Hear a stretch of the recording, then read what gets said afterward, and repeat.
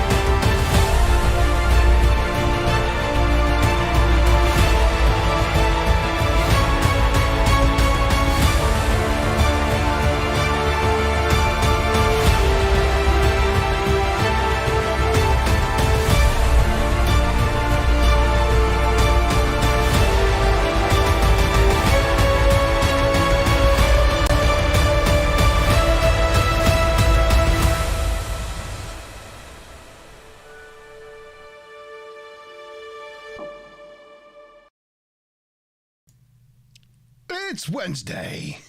It's 8 o'clock. It's the TNG review show.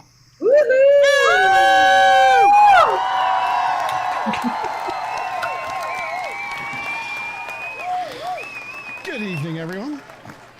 It's us. We are back. We remembered to come back. We're all here.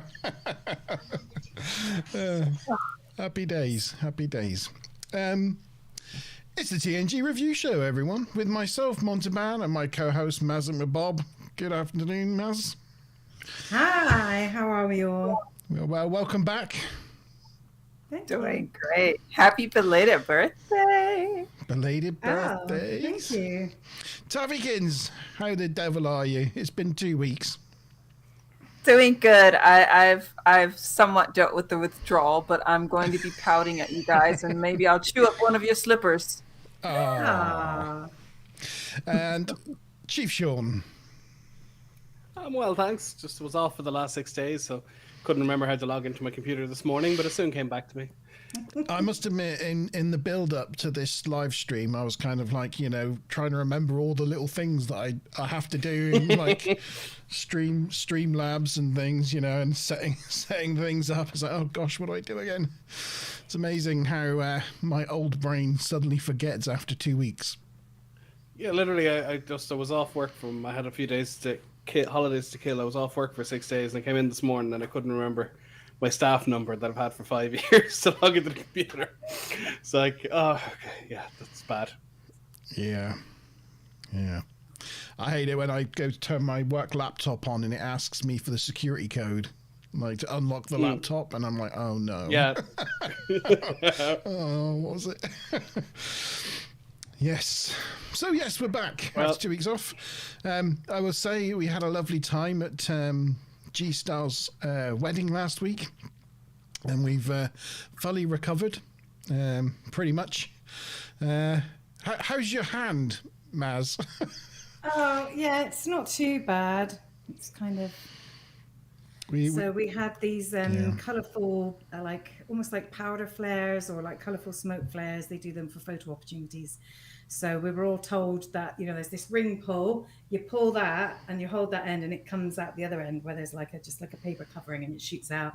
So we did that. And then of course it opened the end that we were holding, and two of us ended up with burns. Another one had like a sooty patch, but no actual blisters. And Montebaum was the only one who cleverly held his in the middle, so he didn't get any sooty burns or blisters. But mine was the second worst blister, but it's not too bad. Yes, there's a bit of sulfur, like a match or something, and obviously it goes off. Lovely. Yeah, it was like it was like a little fountain of sparks that came out of it to begin with, and Yeah. I think Jeff Goldblum on the set of Jurassic Park. Obviously, he holds a flare, waves it around, but you're supposed to hold it that way, not straight up, because obviously when all the sulfur comes off, it'll burn your hand apart. And of course, he held it the wrong way and has a permanent scar. So if you're ever holding a flare, hold it that way, not straight up. Yeah, so that was fun. I did start the best man speech at G's wedding with, "It's Wednesday. It's 5:00. It's the best man speech time." Yeah, and I think 5 people in the audience got the joke, but it made Maz and I chuckle, so that was the main thing. Indeed. Yeah, so hello everyone in live chat. As people remembered to tune back in, who have we got this evening? We've got Ruth. Good evening, Ruth. We've got Mr. Tavikins. Good evening to the beard. Lindy Hop is on. Bit of a surprise. It's a bit of a surprise. Where's Stu Plum? Where's Lindy Hop? Lindy Hop? Where's Stu Plum? Yeah, a bit of a surprise. I do have all 6 questions ready to go this evening. Every act also has a bonus question. Lindy Hop is Stu Plum. He's logged in with the wrong account. Or his phone's dead or something. It must be on his computer. Yes, so we have the main questions, and then we have the bonus questions, and of course I'll be putting the correct answers from the bonus questions into the random number wheel of fortune, and seeing who gets the bonus points. So shall we get on with it then? Yeah, why not? Let's get on with it. So we are talking about Conundrum this evening, so hopefully over the last 2 weeks you've all remembered which episode it is we're talking about, and you've watched the right episode. Looking at Tavikins, have you seen the right episode, Tavi? Oh, she's done her homework. Okay, so Conundrum is episode 14 of season 5. It's crazy, we're into the second half of season 5 already. Where does the time go? Where does the time go? Indeed. It's only a 35-year-old show. It's all right. We have to get there eventually. Yeah. It's production number 40275-214. It first aired on the 17th of February 1992 in the United States, and it was the 113th episode to be both produced and released. Oh, what was that? What was that music? Someone went brr. That was Tavi. I can tell by her face. The teleplay... No, was not. No, never. Never! The teleplay was by Barry Skolnick. Skolnick? I think. Anyway. That guy, Barry. Skolnick. Skolnick is his only writing credit for TNG. Story by Paul Schiffer, again, same. It was just his only writing credit. The two of them had worked together before. They'd done lots of 90s TV programs. And was directed by Les Lando, who we've talked about many times. This is his 28th of 34 TNG episodes. So, yeah. So it was one of quite a few different amnesia-related stories that were pitched, and they covered a couple of them, like Future Imperfect and Clues, but then they sort of saved this one for a bit later.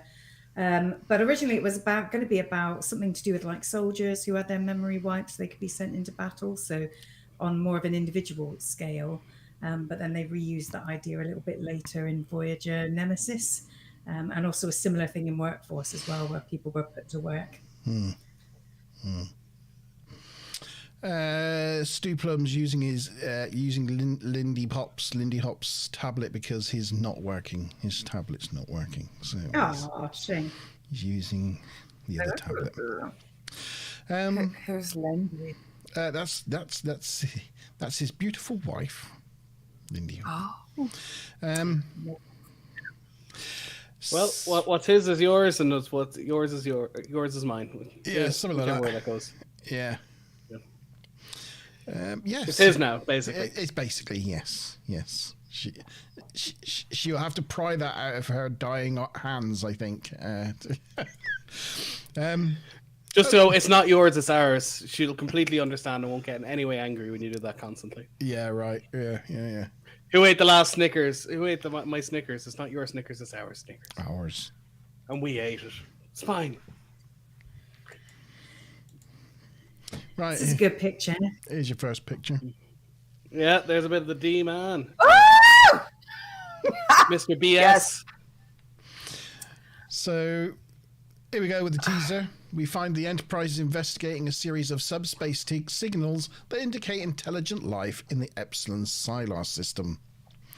Here we see, we're in 10 forward, where Troy's playing Data three-dimensional chess.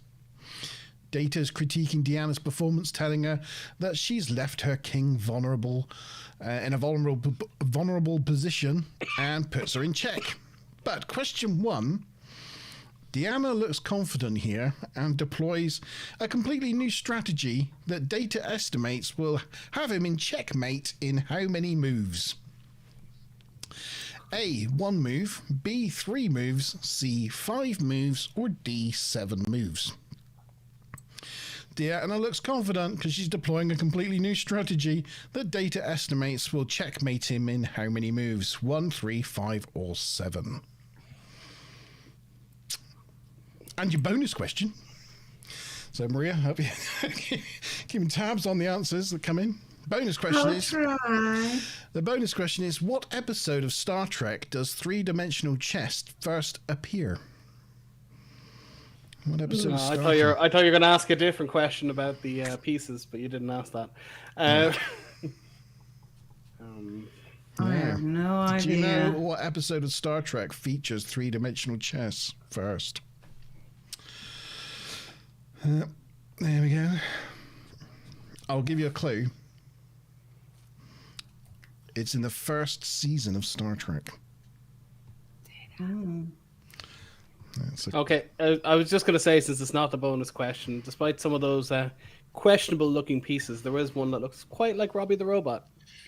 Yes, there is. That's correct. It's on the second from bottom tier, right? In the middle? Yeah, the Robbie the Robot King piece, yeah.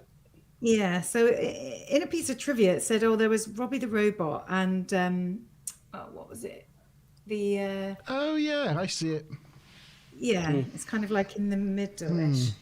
It was Robbie the Robot and... yeah. It's got the wow. They say round Robot head. B9 actually, and the Jupiter rocket from Jupiter 2 from Lost in Space. But that's not true. Nice. They're actually talking about the Jupiter rocket on the top there. I think it looks like the actual Jupiter rocket. Well, the Jupiter 2 is the circular yes. landing craft. The Jupiter 1 is the rocket part. So, yeah, that's what I'm Jupiter saying. 1, The trivia said it was the Jupiter 2 from Lost in Space. No, but it couldn't it's not. be. It's the Jupiter 1 rocket at the top there. Jupiter 2 is like a flying saucer kind of shape. Exactly, so. yeah. So yeah, the trivia online was wrong, but we've got it. No, it's like the top of the Saturn V rocket, isn't it? Well, yeah, and this, I think maybe Could all be the that Saturn too. rockets look like Yeah. that. Yeah. So yeah, this was a little bit problematic though, right? Because then what does she move? I wasn't paying attention on which actual piece she moved, I have to admit. It looks like she moves a like a rook or something. But if he had just put her into check, she would have had to move the king, right? You Or can move she the could have king. moved a piece to block the have to. You can block, or you can kill the piece that's putting you in check. You can take the piece. She that's putting you in doesn't check. take a So any piece, of though, those does she? But yeah, I guess Yeah. I don't know So how three-dimensional you- chess works enough to know if she blocked his move. Yeah, I've not played it, so I can't The say. only thing you can't block is a knight, because a knight can go over pieces. Because it's a horsey. Yeah, so you either have to take it or move. Yeah.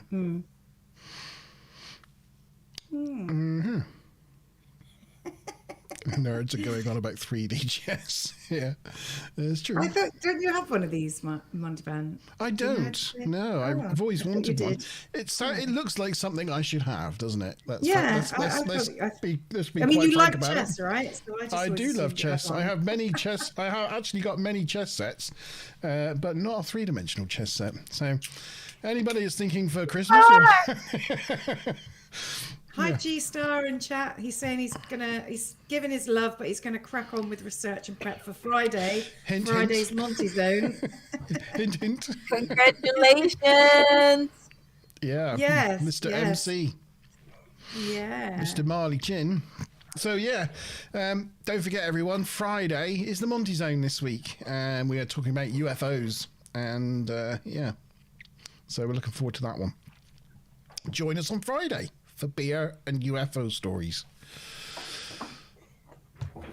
Okay, questions. Yes, so Deanna tells Data chess is a game of intuition, and tells him he owes her one Sumerian sunset made into traditional style that only he can make, and Data agrees to make her the drink. So yeah, surprisingly, Troy beats Data at three-dimensional chess. Who'd have thunked it? Yeah. I mean, Yeah, in reality, it's impossible. Yeah. Using intuition, no less, against a person that doesn't actually portray any emotion. So you'd have think she would have had a chance against Riker, right, or something like that, because she would have been able to feel like when his moves and what he's doing, But, yeah, well, poker I can understand, but this is chess. I mean, it was before Deep Blue. I think Deep Blue was 94, 90. I don't know. This was 92. So I think Deep Blue was 94 or 95 when they built a computer that could beat the world's best chess masters. But nowadays, any standard computer program or web portal that you can find a chess game can defeat Deep Blue. So we've moved far beyond. Humans aren't the best at this, and they never will be again. I think, Stu, I did actually say three-dimensional chess, didn't I? I don't know why I said that. You're thinking of what's her name? Is it Shelley? The girl who was Gomez. That's her name. Gomez. Yeah, who was Ensign also Gomez. in Total Recall as the three-breasted woman. Oh, yeah. Yes, so we've done the chess thing. By the way, I've gone and got myself a Villa Broglia. Oh. Gavi. No real idea what this is. I've a Pinot Noir. Terrible Nice. effort. I am I have now know orange. your I have orange juice. Ah, sad time. I've got ulcers in What's my that, mouth. Tabby? I was saying I have tea, but I'm just now noticing Maz's microphone, which looks. She's got a little. That's her warp core. Yes. She's speaking into a warp core. A little warp core. Vroom, vroom, vroom. It does change colour, I think, doesn't it? It does. Yeah. In sickbay, the doc's treating crew member Kristen, who's injured herself cliff diving in the holodeck. And that was that scene. I actually have a fly swatter, the little blue thing that looks just like a warp core. But do you? I'll bring it out to my today. On their way to the bridge, Riker and Ro are arguing about Ro changing ship procedure without telling Riker first. He tells her rules on this ship do not change just because your name is Ro Laren. Oh, Ro. Oh, Ro. Ro. Yeah. Does It'd be fairly it'd be fairly ironic if she was ever put in charge of, enforcing the rules at some future stage. If she was, like head of like some sort of security operation. Yeah, exactly. Yeah. Yeah. And let's not talk about that anymore. Yeah, no. I don't know why I brought that up, but I don't know where my brain was going with that. It's okay, sorry. Get a grip, Mark. Get a grip. Also, Admiral Kane in Battlestar Galactica. If you've not seen it, she's brilliant. Yes, very good. Has anybody seen the latest episode of Picard? Yeah, I'm up to date. Oh, Tavi hasn't started the season yet. Maz and Tavi are looking at us like, what are they going on about? Yeah, you just happily You're welcome to talk about it. It doesn't spoil it for me. But I really need to wait, or I'm going to be upset if I watch it live and they F up lore. I just can't. I can't. Oh, I can't. After Frida and having to come to terms with that, I feel that I would be I know about that now, and I so want to talk about it. Yeah, I would suggest you watch it before someone ruins it on you. I don't care all I'm gonna say. If they talk about it. No, I watch reviews and everything, and then I'll go watch the show. You can spoil it. Well, I'll just say Mr. BS is acting is good. It's very good. It is good. Yeah, well, that's of course. How he does it is good. It's good. But I mean, I'm talking about how he does what he does. It's good. It's good. In fact, we'll see if that lasts to the end of the season. I don't want it. In fact, Sean, it proper give me goosebumps. That's how good it was. Yeah, he's really good at what he's doing. Yeah. Is the character written well? I know his acting is delicious. We don't know yet. Yeah. So he's only had a little bit in it so far. He's only been in it a little bit. It's a little bit, but what little bit he was in was very good. Yeah, it was fantastic. Yeah. But I'll probably load up just the scene he was in just to give myself the goosebumps and then close it out. Yeah. Yeah, well, his big episode should be next week, or tomorrow. I would have thought so, yeah. Tomorrow's going to be the day, yeah. Well, there's only 3 left, so if it's not tomorrow's episode, when is it? Yeah. Did you ever think, Stu Plum, whether Ro maybe had a brother called Mac? McLaren. I need a... There we go. Well, actually, I used to work with a lad called Conor McAdam, and literally the first thing he ever said to me, he never let me forget it. He goes, "What's your sister's name, Tara?" And Tara McAdam.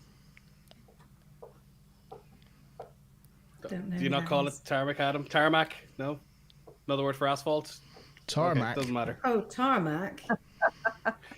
Yeah, its proper name is Tara McAdam. I've never heard of that. Didn't know that. That's okay, well, it probably wouldn't have been funny even if you did. Anyway, okay, we'll move on. Hang on, I'll give you one of those. There you go. Okay. Yes, so, yeah. Ro. We've done the Ro thing. Oh, Wookie. Is Wookie here? Wookie's here. Hey, Wookie. Good evening to you, sir. A lot of my work. Yeah. Sorry, just before we move on, a lot of my work have a tattoo, and he has R2D2, and I said, it's a lovely tattoo of C-3PO you have there. You've never seen someone get so annoyed so quickly. And then later on the day, I was like, I'm only messing. I'll make it up to you. I'll do my Yoda impression. That is triggering, isn't it? It's like Chris always coming on and saying, "Are we still talking about Star Wars?" When he used to pop up in the background of the stream. Like, you did used to like saying that. Yep, he did. So they enter the bridge and find a small ship approaching. They put it on the screen, and it seems to have one life form aboard. The small ship scans them, but Picard decides not to raise the shields as a show of good faith. Recognize that ship? Can't even just about make it out there, but it's one of those ships that's been in it like a whole number of times. Yeah, I think I had to look it up. It was Talarian, but there's a load of races that have almost the same name. There's Talarians, Tyrillians, Teleridians. There's about 8 of them, and they all sound exactly the same. Actually started But, off as the are slightly Pack-led, different. I think. It was the Pack-led ship. Oh, the Pack-led. That was right, yeah. Yeah, it was the Pack-led Where ship. are all these enterprises? Yeah. Red alarm. Red alarm. Yeah. We are smart. Geordie reports that the scanning intensity is increased by 1,500%, so Picard begrudgingly raises the shields. In 10 forward... sorry, go on. I was just going to hang on that point. This episode only came out about 2 or... Oh, no, that was Wrath of Khan I'm thinking of. But in Wrath of Khan, they clearly establish if you haven't established communications when you get close to someone, you put your shields up. And that's even for Starfleet ships. This is an alien ship coming up at you. Yeah, so... Yeah. Either Picard's an idiot or they change the rules. Yeah, no, we don't know, but maybe they've changed it in 150 years or whatever. In 10 forward, is making Deanna's drink. When a green ray zaps the entire ship and they all lose their memories. The drink looks pretty cool, though, the way it kind of glowingly mixes in the glass. That was a reconstructed shot for HD. Yeah, it was nicely done. Wookiee's been on a top secret mission today. Ooh. Exciting. Dun, dun, dun, dun, dun, dun, dun. And there we go. They all lose their memories. They all look around not knowing who they are. And we're all thinking, we must have lost our memories as well, because who the hell's that guy? And that's the end of the teaser. He was in Hamlet, wasn't he? Or Macbeth? Tane Macduff, is he one of the characters? I remember I think last year, me and Mr. Tavikins were watching all of TNG all over again. And we had really gotten into it. My fondest memory was looking at this one and we were just sitting back, like relaxed under blankets, just cozied up for the evening. Starts the episode, and my first thought is, who the fuck is that guy? Who's that guy? I was like, I shouldn't let anybody new people on the freaking bridge. So I'm still mad at that dude. I'm like, who the F are you? But I think, Monty, in the box of the playset, the bridge playset, there is actually Macduff used one as the play figures, and that always annoyed me because I never saw it in the shop once. So they obviously had a prototype Macduff figure. I've never and seen it made it onto the back of the packet, but yeah, I never saw one. As far as I know, they didn't make one. But actually, is there any questions about Macduff? Only his name. That's the next question. You said about 10 times. Oh, okay. No. Oh, yeah. I didn't say his first name, if that was the question. of course, everyone in chat reading. But it's fine. People are going to get a lot of points, so Yeah, you're just doing everyone a favor at this point. Okay. Well, we've said I won't say his first name. You can change the question to his first name if you want. But that's the bonus. So Okay. But in Lower Decks, there's at one stage, Mariner is running a holodeck program where she's on a Reliant class vessel, and you only see it in a couple of shots, but it is the USS Macduff. Ah. Do you want to say the name again? Just put one in. Oh, okay. Okay, sorry. Say it again. Macbeth? Macbeth, sorry. Right. Okay, so we're going back to the last question. Question 1. Deanna was looking confident and blah, blah, blah, blah, blah. How many moves will it checkmate be? Will it be 1, 3, 5, or 7? Hopefully you got lots of D's, because it was we did indeed 7. Woohoo! And were there any stabs at what episode 3D chess first appears?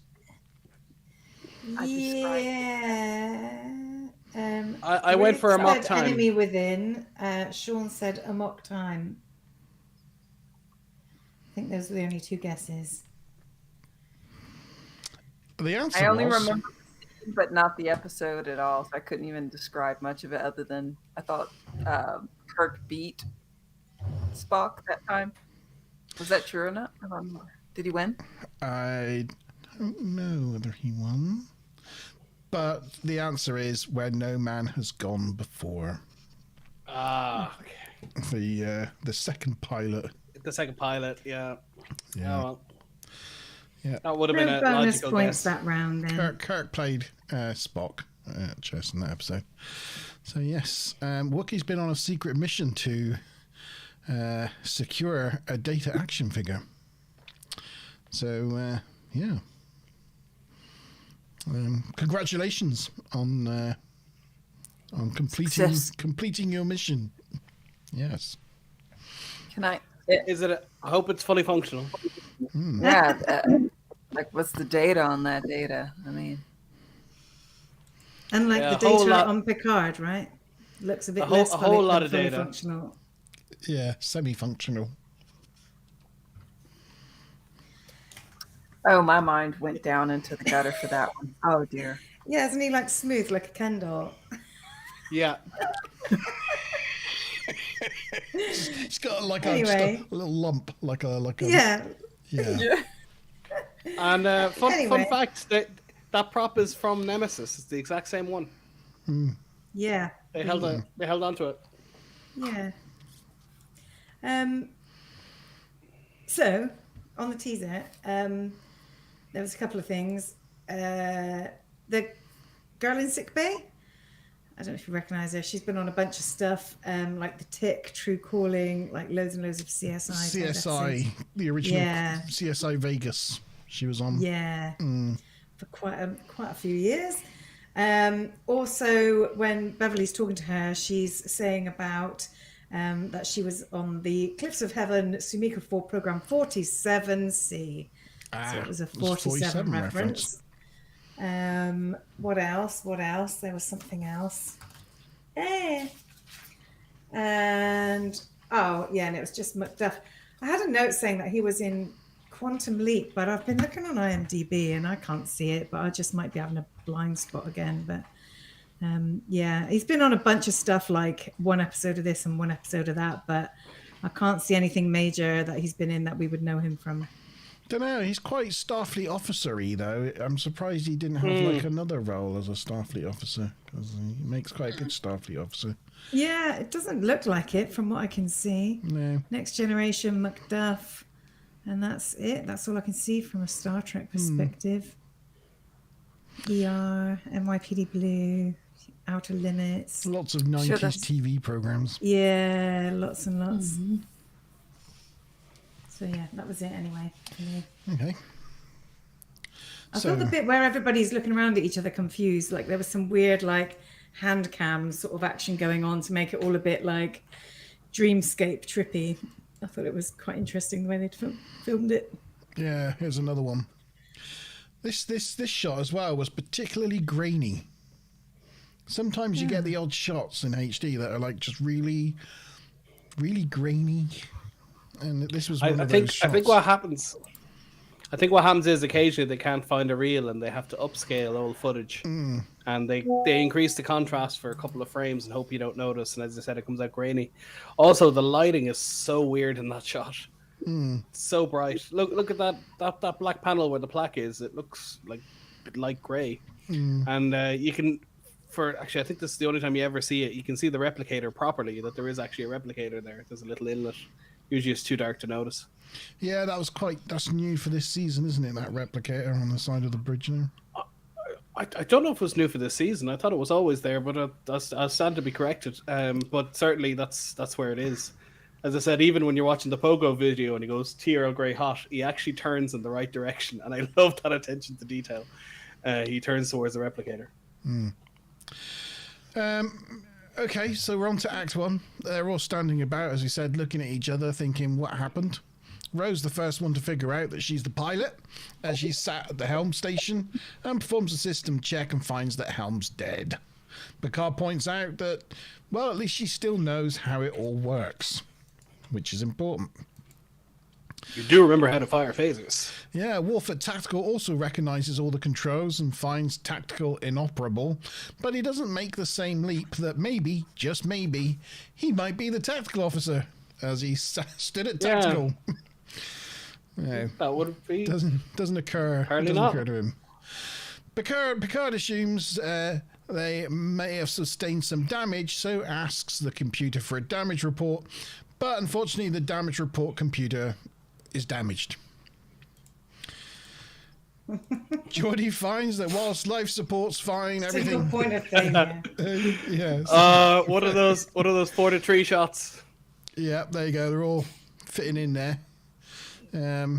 Yeah, Geordie reports that whilst life support's working, everything else is fucked. But they do have internal comms. Picard thinks about what message they should put out, and Worf just goes and does it, telling the crew to elect a rep to report in from each location and, importantly, remain calm. I quite liked how they all walked up from down the bottom and all walked past, like, Worf to assume their positions around Geordie, and Worf's kind of stood there, like, almost pushed to the back, and he's just like, I will say, I'm important. I've got a baldric. I will say I'm about the same height as Michael Dorn. I'm 6'2" and a bit. And, I quite naturally just sit at the back. It's just easier. I can see straight over people's heads sometimes. It's just easier for me to sit at the back. I really don't mind. Yeah. Who's the guy? Can you guys? We're not going to say his name again, are we? We said it a million times already. No, just call him the intruder. I don't know. Yeah. Oh, I forgot a bit. You forgot a bit. I forgot a bit. Yeah, before that bit, Oh, Geordie yeah. finds metallic debris in front of the ship, and the other first officer surmises they are maybe in some sort of battle, where the opposition used a weapon that wiped their brains. Picard assumes that they may have sustained damage. Oh, no, I did say that bit. Yeah. I did say that bit. I think I missed this picture then, maybe. Oh, okay. I don't think we can hear Tavi. Oh, Tavi, you there? Can you hear me? Oh, yeah, yes. yeah. Yeah, all I can good. hear you. Yeah, you are. Oh, back. Anyway, this is the Lovely. bit that everyone's waiting Hello. for. Hello. This is the bit that everyone's waiting for. It's question 2. I wonder what this question is going to be. It's going to be a complete surprise to you all. Question 2. In this episode, we have a new number 1. But what is this number 1's name? Is it McDougal, Macduff, Mandel, or McDonald? I wonder if we're... Shall I just give everybody the points now, right? shall I just say I'm covered in bees now and just be done with it? Yeah, okay. I have a And the preference. bonus question. And the bonus question. What was his first name? Oh, well, Lindy Hop already guessed what you were going to say. Yeah. Yeah.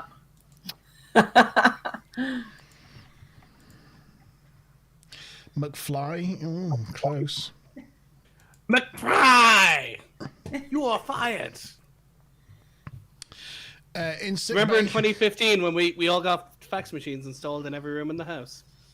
Oh, And absolutely. you got a private text. So someone was texting you, it just came through every single one, and everyone else got to read it. Good times. I'm waiting to rehydrate pizzas.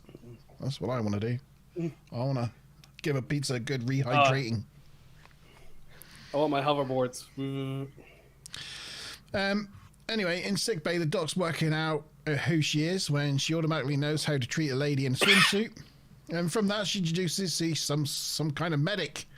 And the lady in the swimsuit asks for some clothes. On the bridge, Picard's working in the engineering console now, and Worf has adopted the command chair. He has taken stock of the Enterprise's armaments and deduced that the Enterprise is a battleship. Pardon the sleaze, but did she get injured in the holodeck, was able to walk, left the holodeck, and then walked to sickbay, and did she come from her quarters to the holodeck in just a swimsuit, walking around the corridors like that? You know, did she not have some sort of robe with her or something? Just a thought. Maybe she injured herself in sickbay and they just transported her straight to sickbay. Yeah, that's possible, I suppose. Don't know. Or she just walks around like that. It's the future. They're less inhibited, I guess. Well, that's probably likely. Ruth thought you were just winding Sean up when you were like, "Oh, you've said it a million times," and that was the question. No, It was all true. That's all true. Yeah, that was no. Ruth, if you weren't there for the time I went, oh, that's just a type 1 facer, you missed it. Yeah. What's the next question? Is there, can you ruin it? Well, no. I think we're all right there. We're okay with the next one. Yeah. I think it's interesting to see how Picard gradually works his way around all the consoles. Like, as a good captain, like, he knows how everything on his ship works. So he's completely comfortable, whether it's at helm or engineering or wherever. He can just happily just sit there and just get on with stuff.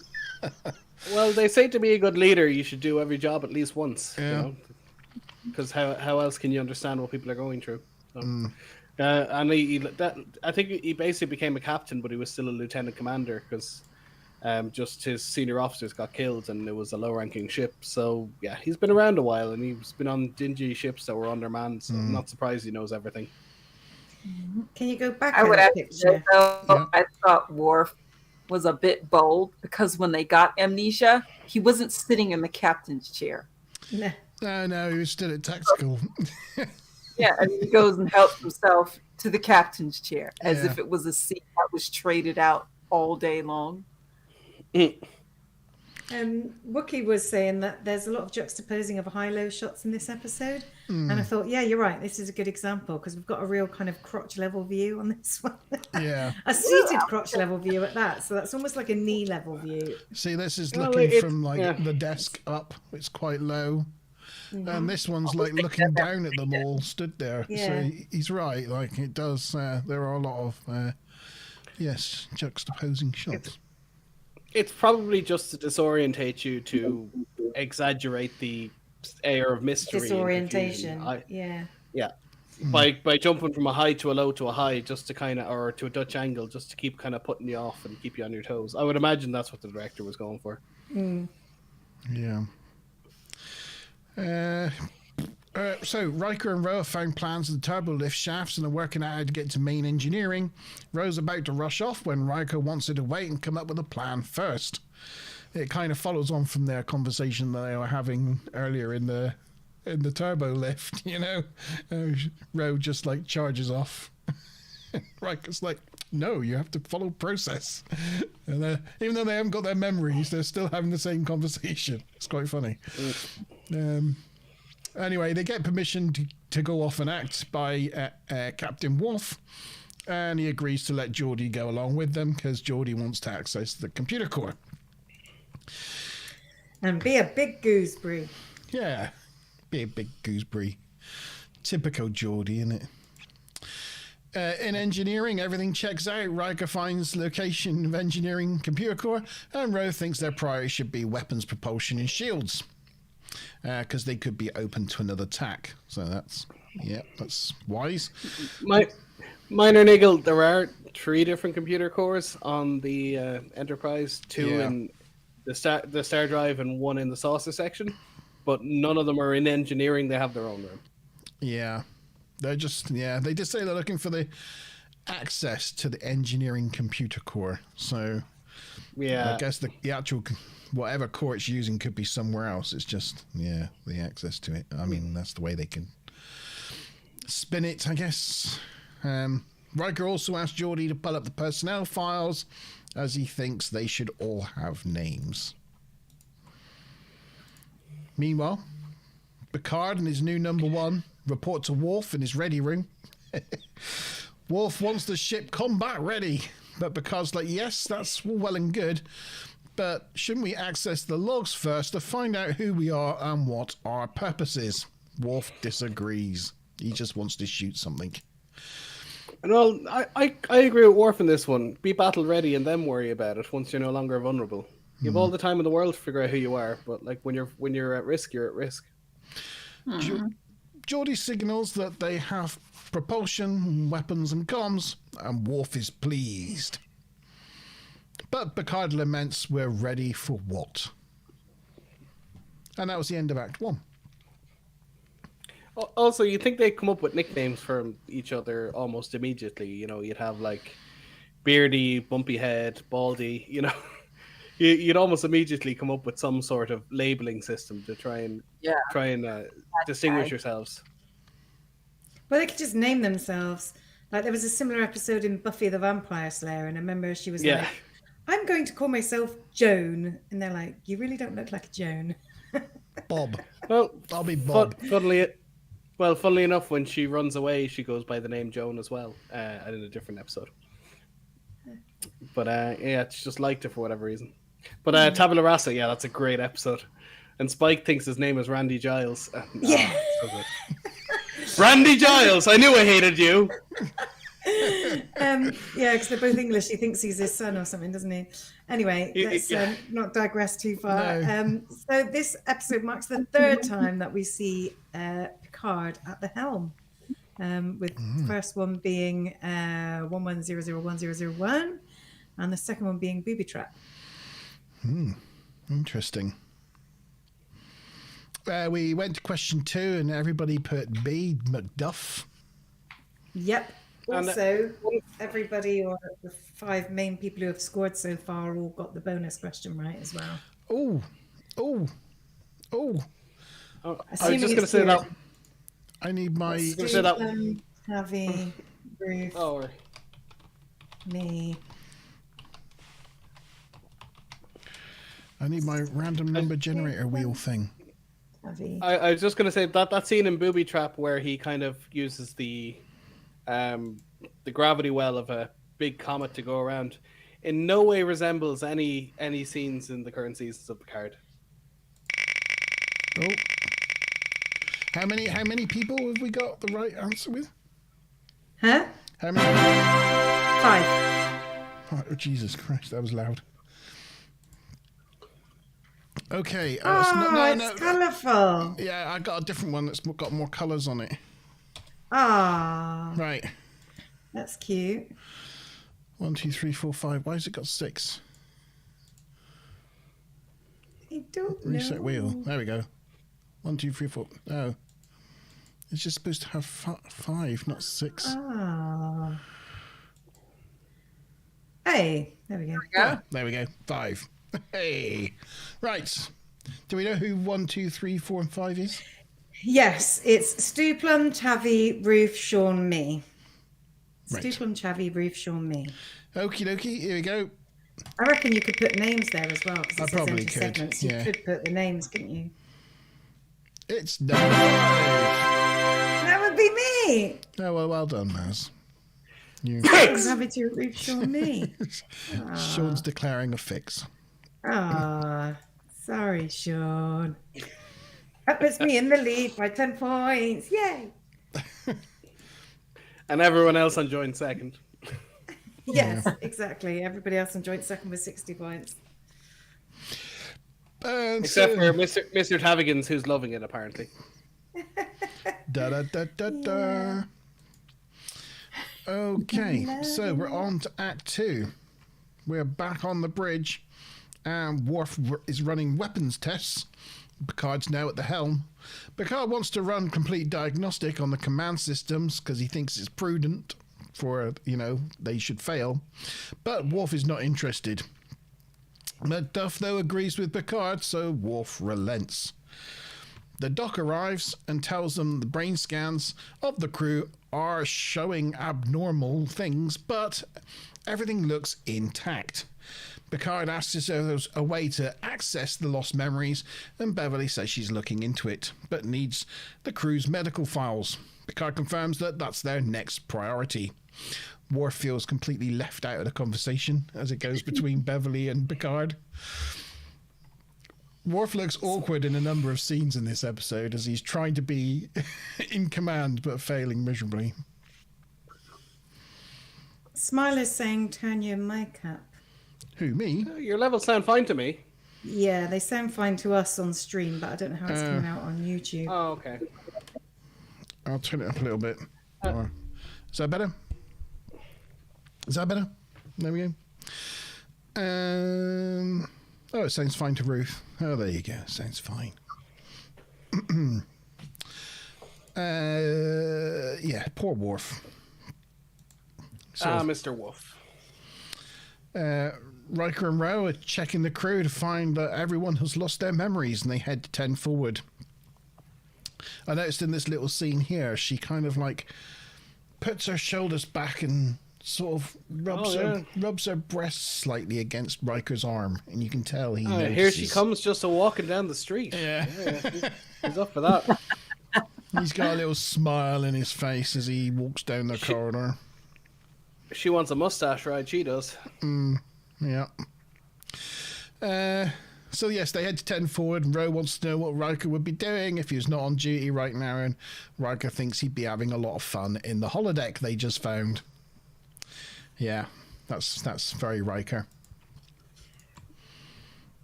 Bearing in mind his past with holodecks. He was like, "Oh, I could write some programs." Oh, yes, the programs. you know.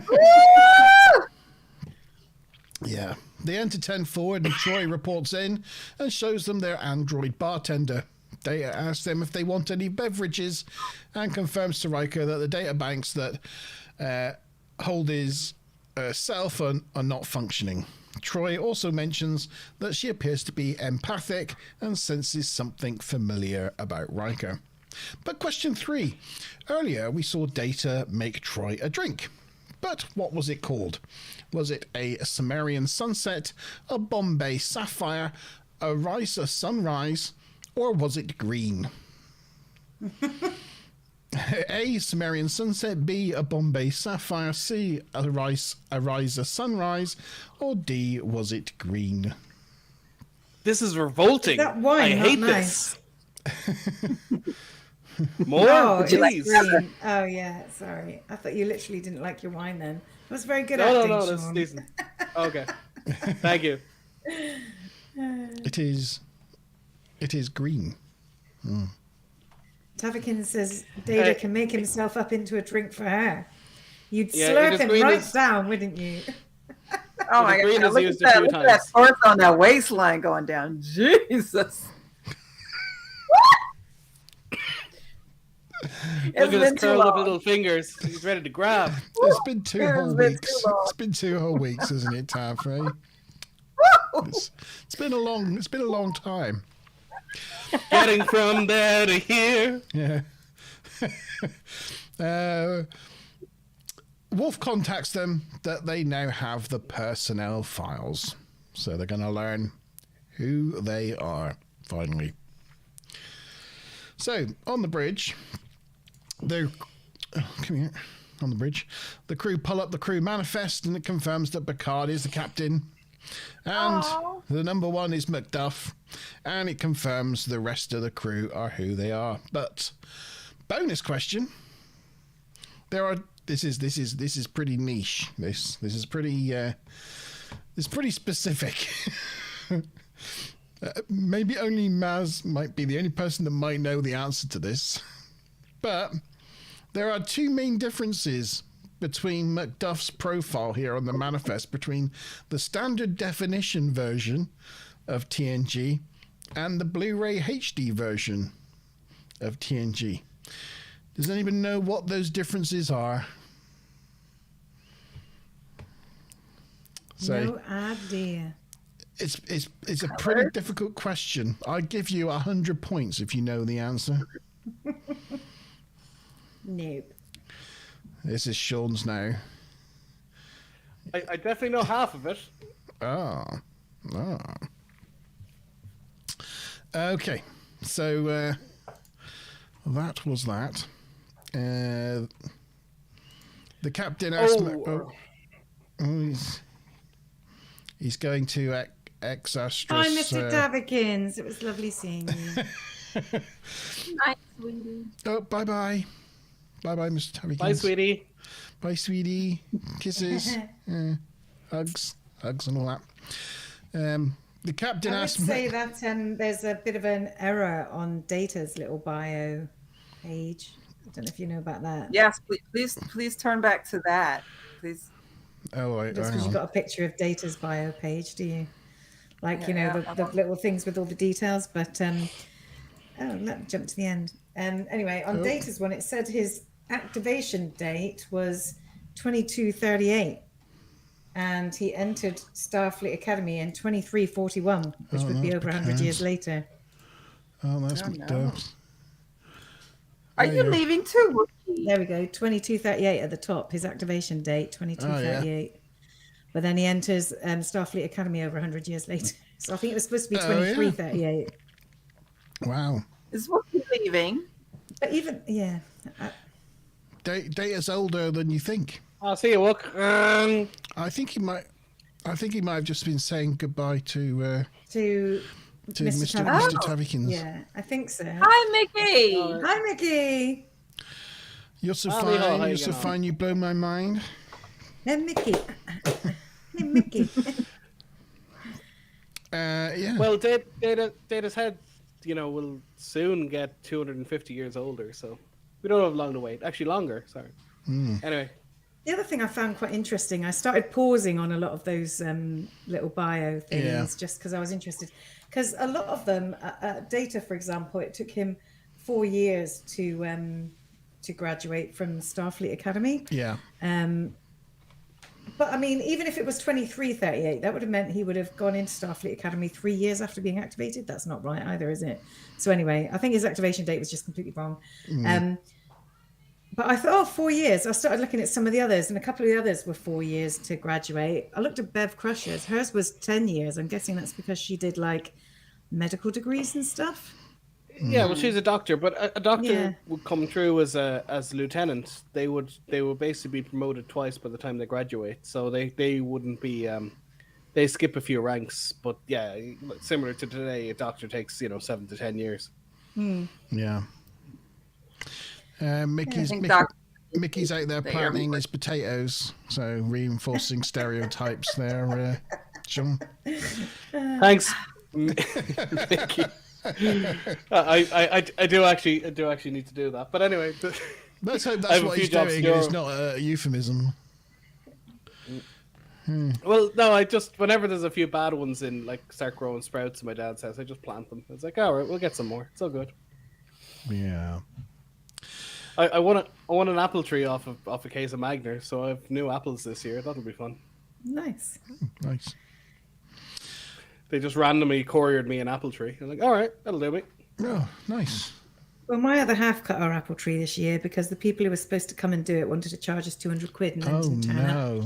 So I may not get any apples for a couple of years because he guessed at what he was doing. That poor tree. Yeah. I think he did a good job, but good. We might have left. It would have been better if we did it in autumn rather than spring. I'm not sure if it will recover for fruiting this year.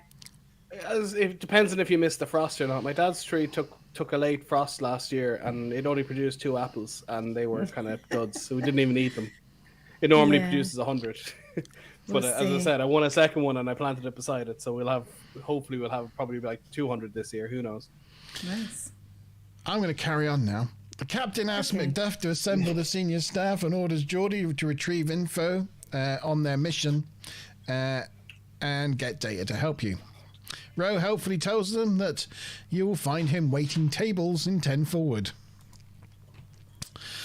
10 forward, of course, named for the Guinan's previous bar in Ireland. Yeah. Or in on San Earth. Francisco. Nothing, nothing to do with the fact it's the forward section of deck 10. Yeah. No. Worf apologizes for assuming command. He feels a bit sheepish, but Picard puts him at ease, telling him, "You're all doing the best we can." But then when Worf looks away, you can see Picard does have a little wry smile on his face. He's kind of like, ha ha. That was more than shameful. Like a enough boss. Woo! Yes. Sometimes I wonder what I've done, I just push a button and I get whoops. It's like, it's such a good feeling. It's like, I pushed that button and displayed that picture really well. Yeah. Look at Diana's lovely French tip nails. My God, so nice. Nice. Those are actually nice now that you pointed them out. I'm distracted. But Data, it's sad that I knew that what they were as well. But anyway, we'll move on. You worry me sometimes, Sean. Yeah, I'm on the turn, I think. In the observation lounge, Geordie and Data report that they have found from the logs that they're a Federation starship called the Enterprise, and what Starfleet's about and all that jazz. They also report that they're currently in a state of war with a genocidal race called the Lysians, the Elysian Alliance. They appear to have a new weapon that disrupts ships' operations and the memories of the crew. Picard asks about their current mission, and Geordie brings up the mission on the monitor. They are ordered to destroy the Lysian Command Center. Troy thinks they should contact Starfleet Command and confirm their orders to ensure they're not mistaken, but Worf thinks that this would be a tactical mistake, as they should maintain radio silence. Geordie points out that it's a joint operation through many Starfleet ships, and if they don't do their bit, then the whole operation could fail. Picard orders Macduff to set course for the Lysian Command Center, but again, Troy does not look happy. And that is the end of Act 2.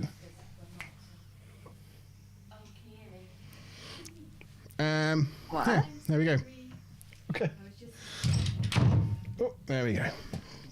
So Smiler in the house. Smiler's in the house. Yeah, she's on the phone. Yeah. So Q3, question 3 then. What date? We could do the answers to the last question. Did we? Yeah, I think we did. It was Macduff, wasn't it? That was another one, wasn't it? The drink. Yeah, the drink. And the bonus question was about Kieran Thingy's scream. Macduff, his first name? Was the one before. Yeah. No. The next question was about the drink. What was the drink that Data made? Yes, that's what I said. We haven't done the answers. Question 3. Oh, I thought you were about to ask the next question. No, I sorry. haven't got to the next act yet. No, I've just got to the end of the act, so I'm just going back to the answers. Okay. I thought When he you was went about to ask. question 3, I thought you were about to ask another question. No, the answer to question 3. Yeah, that's better. What was the drink that Data made Troy? Was it? Everybody got it right. Was it A? Did everybody pay? Mm-hmm. Oh, that's How good. can you forget that drink, though? The graphics on that was awesome. Can you imagine? And Data would know how to make that perfectly because he's an android, as he likes to remind everyone. He is goddamn perfect.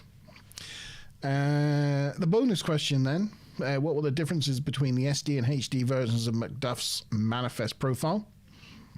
So Ruth has said Mac versus Muck and the spelling of Kieran. Sean says the spelling of Kieran and previous ship. Us, guys. It was the Pango!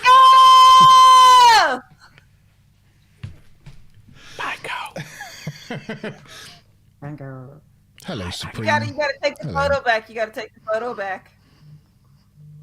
One slide, please. Back There you go. slide. Okay, there we go. All right. I'll be quiet now. You be quiet. There you go. It was the spelling of his name, Kieran, and the fact that he served on the Orion, the USS Orion. As his previous ship. I can't believe I got that. Oh, Christ. Yeah. That's 100 points to Sean. And does Ruth get 50 points? She got it half Yes. Yes. right. Nicey nice. Yes. In Well fact, done, I'm not guys. sure if it was. Hang on a minute. I've got to talk amongst yourselves. I've got to check something. Panko, you missed out on the Data photo. His shoulders were so broad and they just slid down into his perfect waist. Girl, I want to wrap them legs around. Woo! He's looking good. So good. Yeah. It's been too long. I'm sorry, everybody. Night Court is back on, and Brent is repeatedly being asked to the point where he's like, "Stop asking. They haven't talked to me. Leave me alone." But so far, he's not been back on Night Court. But you can always hold that hope. No, Macduff was spelled the same way in both versions, so it was just Kieran and the ship. Yep. So I was just checking because I thought I might have missed that one, and if that is a different spelling as well, then I'll give I'll give out full points to Ruth as well. Yeah, and I can say, in all honesty, Kieran can be spelled both of those ways, but generally speaking, in Ireland, you don't spell it with a K because there's no K in the Irish alphabet. But the guy is Macduff, which is more Scottish. But in saying that, there's no K in the Scottish alphabet either. Anyhow. Anywho. Onwards and upwards. Don't talk about it. No. Shush. For no particular reason. Yeah, let's not ruin another question. Okay, Nothing. Act 3. You say nothing. Okay.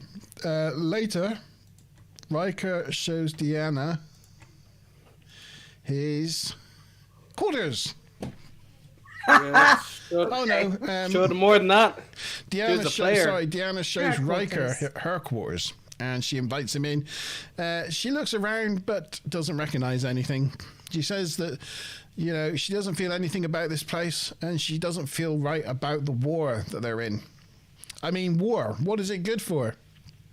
Absolutely nothing. If you ask me. She still feels something for Riker though, and she fluffs his hair. Don't mention the war. I mentioned it once, but I think I got away with it. Yeah, there she is fluffing his hair. But I put this here. Does that work? No. That was a little messed up, pal. Give me the little laid off.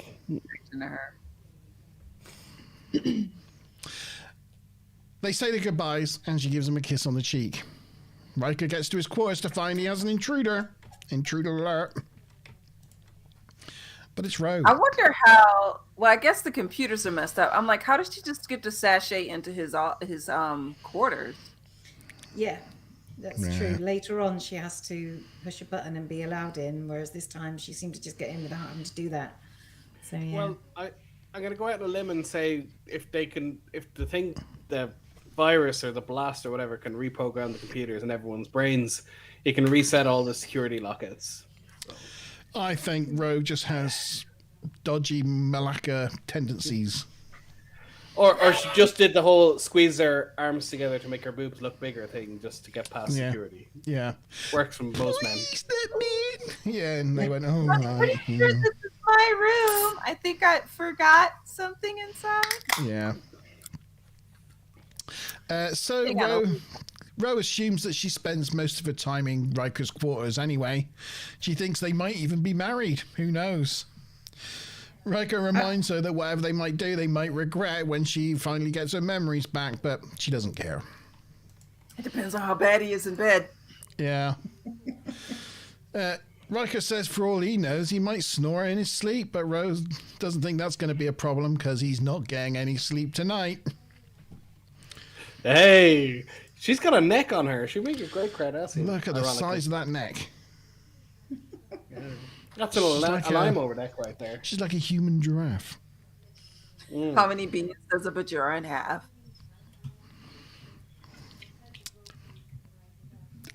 Yeah. What? Beans? I'm gonna go with 9. It's just some crazy Wookiees going on about in chat. Oh, okay. Right. Oh, sorry. How many beans does a Bajoran have? Depends what you mean by a bean. Well, not a lot. There's a bit of a whole family Oh, Wookie, that turned naughty quick. I hope she doesn't have 9. Oh. Magical beans. Oh, yeah, like the fairy tale version. The Enterprise crosses the Lysian border and approached by a Lysian destroyer. They employ evasive maneuvers, and Macduff takes over tactical and readies phasers, but Picard stands him down. This is the ship that was a Tellarian warship before, and this is the reuse of the Tellarian ship. I forgot to mention this earlier. When they're going through the senior staff, they mentioned Deanna Third. You know, they don't go through chain of command or anything. She's like ahead of the chief engineer, who's the 3rd officer, and Data is the 2nd officer. I forgot to mention it earlier, but it's kind of odd. It's just like, what? She doesn't have a place in the chain of command. Yeah.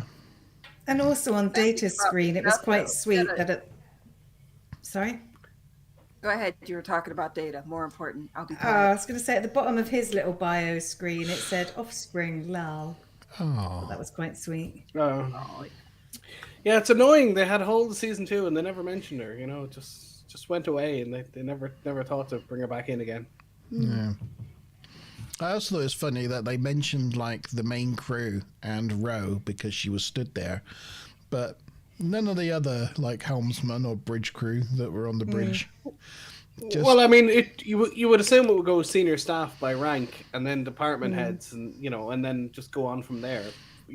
Just the people that happened to be stood around the computer terminal at the time.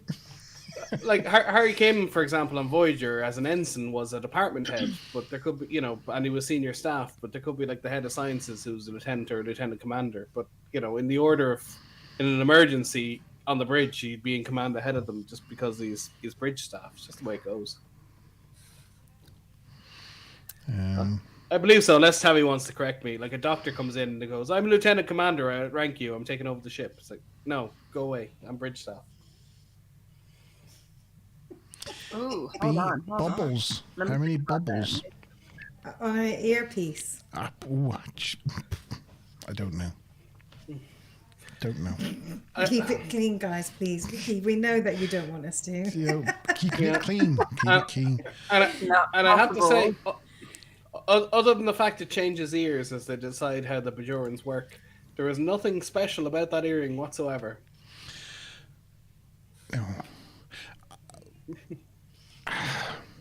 I will say, not a spoiler, but I will say, I did think her nose piece seemed wrong. Yeah, it was a bit. It wasn't bumpy enough, and she didn't have the little lines like on her eyebrow. Well, she That actually was she stopped, lose. though. Was it stopped? Yeah. Was it? That was stopped for all Bajorans.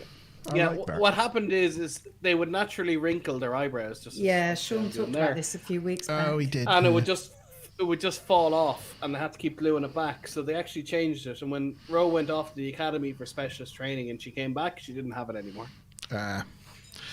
All the I still Bajorans feel the changed it. bumps. You couldn't really see them. She just looked like a human. But those earrings pretty should much, have yeah. some significance, or at least in Deep Space Nine, when Kira went off searching for, survivors of her crash. She gathered up their earrings, and she said that it had like different family emblems on them and stuff. Yeah. They've different family emblems, which are also different castes, which tells you what kind of family, whether you're a painter or a decorator or a farmer, is given away by the earring, as well as your family. Also, and I think this changed in later seasons, but in earlier seasons, when you got married, it changed ears. So like women would change ears to the husband's side and then change, so to start wearing the husband's earring on the right ear instead of the left ear. And when they change earrings, instead of getting a wedding ring, you get your husband's earring kind of thing. But they kind of stopped doing that, and they all just had them on the same ear after a while. And in the early seasons, I think the men wore it on one side and the women wore it on the other. They changed it a few times. It's a bit inconsistent. Who wants question 4? Please. Okay, so tactical analysis from Data shows that the disruptor's output on this Lysian ship is how much power is it? 1.1 megajoules, 2.1 megajoules, 3.1 megajoules, or 47 megajoules? What is the power output on the disruptors on this warship? Was it A, 1.1 megajoules, B, 2.1 megajoules, C, 3.1 megajoules, or D, 47 megajoules? And your bonus question, if anybody's interested in getting some bonus points, what was Michelle Forbes' first episode as Ro Laren? So what was the episode where Ro first appeared? Do I have to do the name, or does me explaining the entire episode count? You have to put the name of the episode. The name of the episode. Yeah, and it's the episode where she first plays Ro, because she is in an earlier episode where she plays another character. It's not that episode. Yeah, I think that's called Second Life or something. We did do it. But, Correct. Yes.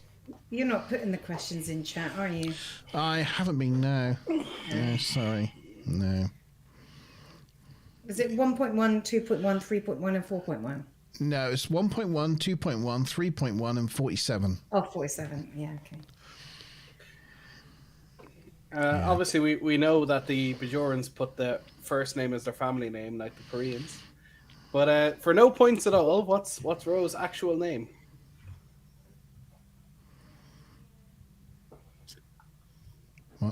What, you mean the actress's name? No, not her family name. Rose, her family name. Her name. Lauren? Oh, Lauren. Lauren? Yeah, there we go. It's never mentioned. Yeah. It's very, very rare it's used. We always just refer to her as Ensign Ro. Oh. I made the whole McLaren joke earlier. Yeah. It is. Oh, yes, you did.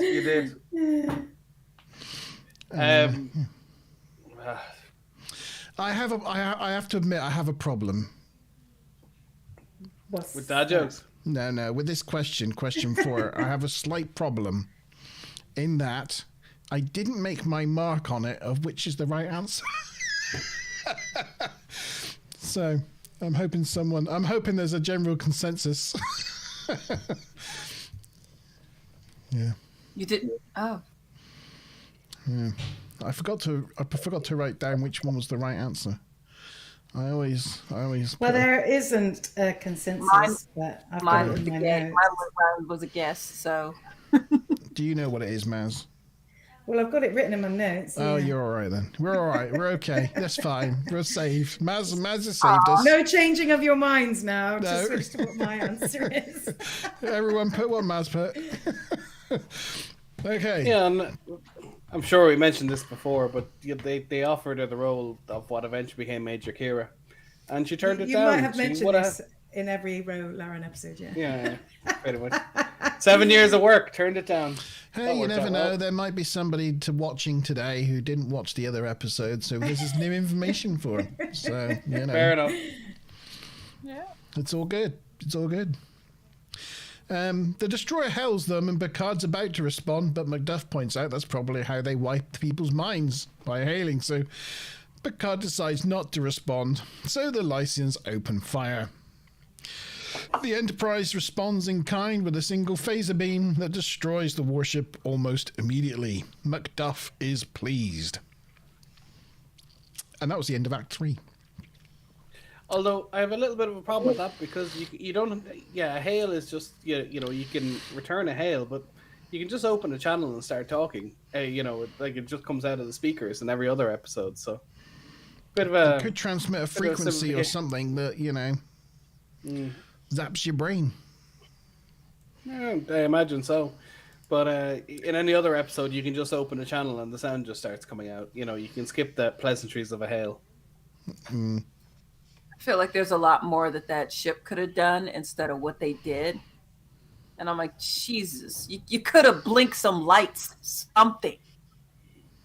Yeah, Something if you've seen Prodigy, they run into that exact same problem. And they literally fly up beside it and they do they hold up signs and do body language, kind of like sign language stuff. Yeah, because they don't want to transmit the Starfleet they want to transmit virus. Yeah, and they literally just fly up by the windows and start waving. It's pretty cool. Right. So So question 4 then. What was the answer? Question 4. Well, we did have a mix of answers. We had a C, a B, a C, a C, and a B. My notes say Data says they have minimal shields and 2.1 megajoule disruptors. I could have written it wrong, but no, that was the answer. It was 2.1. Data said it's right. I was hoping I might fool Sean into giving it a D. Well, a few people said C. It was only Stu Plum and myself that got that one, actually. Oh, really? Well, you see, I'm going to let you in on my secret. If you don't know the answer, if you answer first, a lot of people will just follow you. You'll take a lot of people with you. So even if you get it wrong, you're going to knock out a few people. It works. Similarly, if it's one that I think people might not know, I tend to hold off a little bit before I answer. I lock it in. I won't change my mind out of fairness, but I won't. My guess is always C or a multiple of 3. Oh, yeah, so of course. That was a C So and 3, so it was a given, right? Yeah. So that was, so Monty tricked me. And for the bonus one, everybody put that the episode was Ensign Rowe. Wow. So we got 5 correct answers on that. 5. Assuming that's correct. I was wondering why everyone was typing that in. What do you mean you were wondering why? You typed it in as well, didn't you? No, I forgot. No. I forgot to write it in. That's Ruth. 1, 2, Sean. 3, 4. We've only got 4. Oh, only got 4. Only got 4. My dad, who spent 24 years in the Irish Army, I was playing Countdown with him, and I said ensign, and I go, ensign, like the Navy rank, and he goes, oh, ensign. And it was like my first time I realized the proper British pronunciation was ensign. So, news to me. Like I knew about lieutenant, but ensign was a new one. Sean, yeah, there you go. This is good, though. We got our names on there. Yeah, there you go. Is that good, look? I love this one. This is a good spinner. 10% off e-broadband as well. Hey! God damn it. I'm pleased for you, Sean. Honestly, I'm pleased. I love for you. it. The confetti and everything comes out. It's I like this one better. So Sean is still in the lead, but only by 20 points now. So We've closed the gap. I need to stay on my toes here. We've still got 2 questions and 2 bonus questions to go. So there's plenty of time for anyone to join and go to the lead. So we're on to Act 4. Act 4, we're in the observation lounge and they're discussing strategies on how to approach the command center. The doc reports that she's discovered a way to bring back the memories, but she hasn't tested it out yet. Geordi reports that he and Data are still having trouble retrieving the medical files. Back down in engineering, they're having problems. And so Data writes a new subroutine to get around the problem, and he works his magic with the computer. Life forms. And Geordi thinks he must have made one hell of a bartender. And wonders why Data is the only android on board. Data concludes he's either one of a culture with a home world, or he could have been built for the ship. Maybe every ship has a Data. Data thinks there's one last possibility. Sorry? Yeah. What's that, Tam? Just like Maddox wanted. Yeah. Data thinks there is one last possibility, that he is unique and alone in the universe. Oh, poor Data. The whole there might be a whole planet of androids was kind of, I don't know if it was inspired by or whatever, but that was sort of picked up by the whole Isaac thing in Orville. Planet of androids. Yeah. And the whole, maybe we should have one artificial life form on board every ship. That was kind of done with the introduction of the holograms as emergency holograms, but yeah. Yeah, well, Seth MacFarlane is a huge Star Trek fan, which surprised nobody. There's fan films of him when he's 15, cosplaying as Kirk, and obviously he included him in Family Guy, and he was in a few episodes of Enterprise. And naturally enough, he wrote the Orville, so really take no surprise to me that he took some inspiration from this episode. Cosplaying in Starfleet uniforms is so lame. Yeah, a little bit. No, well, I there's footage on YouTube. Sorry, he made fan films. I meant to say. Yeah. He made fan films playing, Kirk or playing the captain, whatever, in his homemade uniforms when he was like 15. So he's deep down the rabbit hole. He's as bad as the rest of us. Yeah. I'm normal. Describe normal. Where's your Brent book, Tabby? Is it in some sort of shrine? I bought some furniture today, and it's fit just into that furniture specifically for my. No. There you go. Normal. So back to we just done the engineering bit, haven't we? Yeah. Yes. this. Picture though, you can keep it there. White. Anyway, they end up finding the files, and they're all damaged. And all the data's been erased, so they can't get the files they were after. Data's been erased. Yeah. Troy visits Riker. She feels unease about the war and their mission. Right. Riker shows her he's discovered he's a musician, and he finds a book. He's playing with his bone. He's found a book with a note in it from Deanna, and so that explains the feelings she's been feeling about him. But question 5, Riker also finds out he's from a US state. But what US state is Riker from? Is it A, Rhode Island, B, Iowa, C, Ohio, or D, Alaska?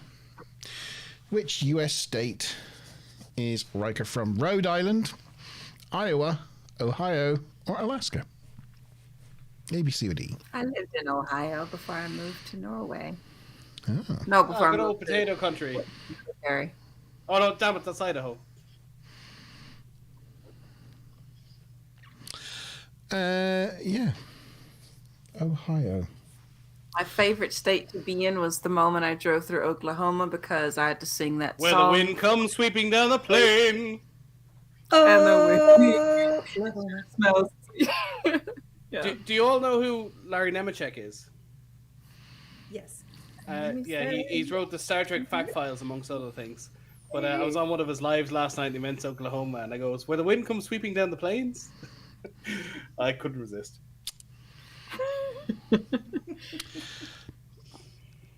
And a bonus question, if anybody wants a bonus question. Of course we do. What episode do we first learn Riker's passion for jazz and the trombone? What episode do we first learn about Riker's passion for jazz and the trombone? Oh!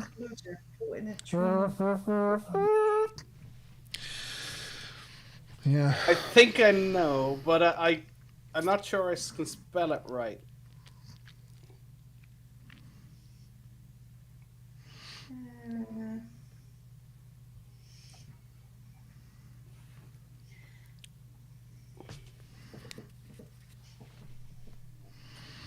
Nightbird. The one with his birthday party. The one with his birthday party.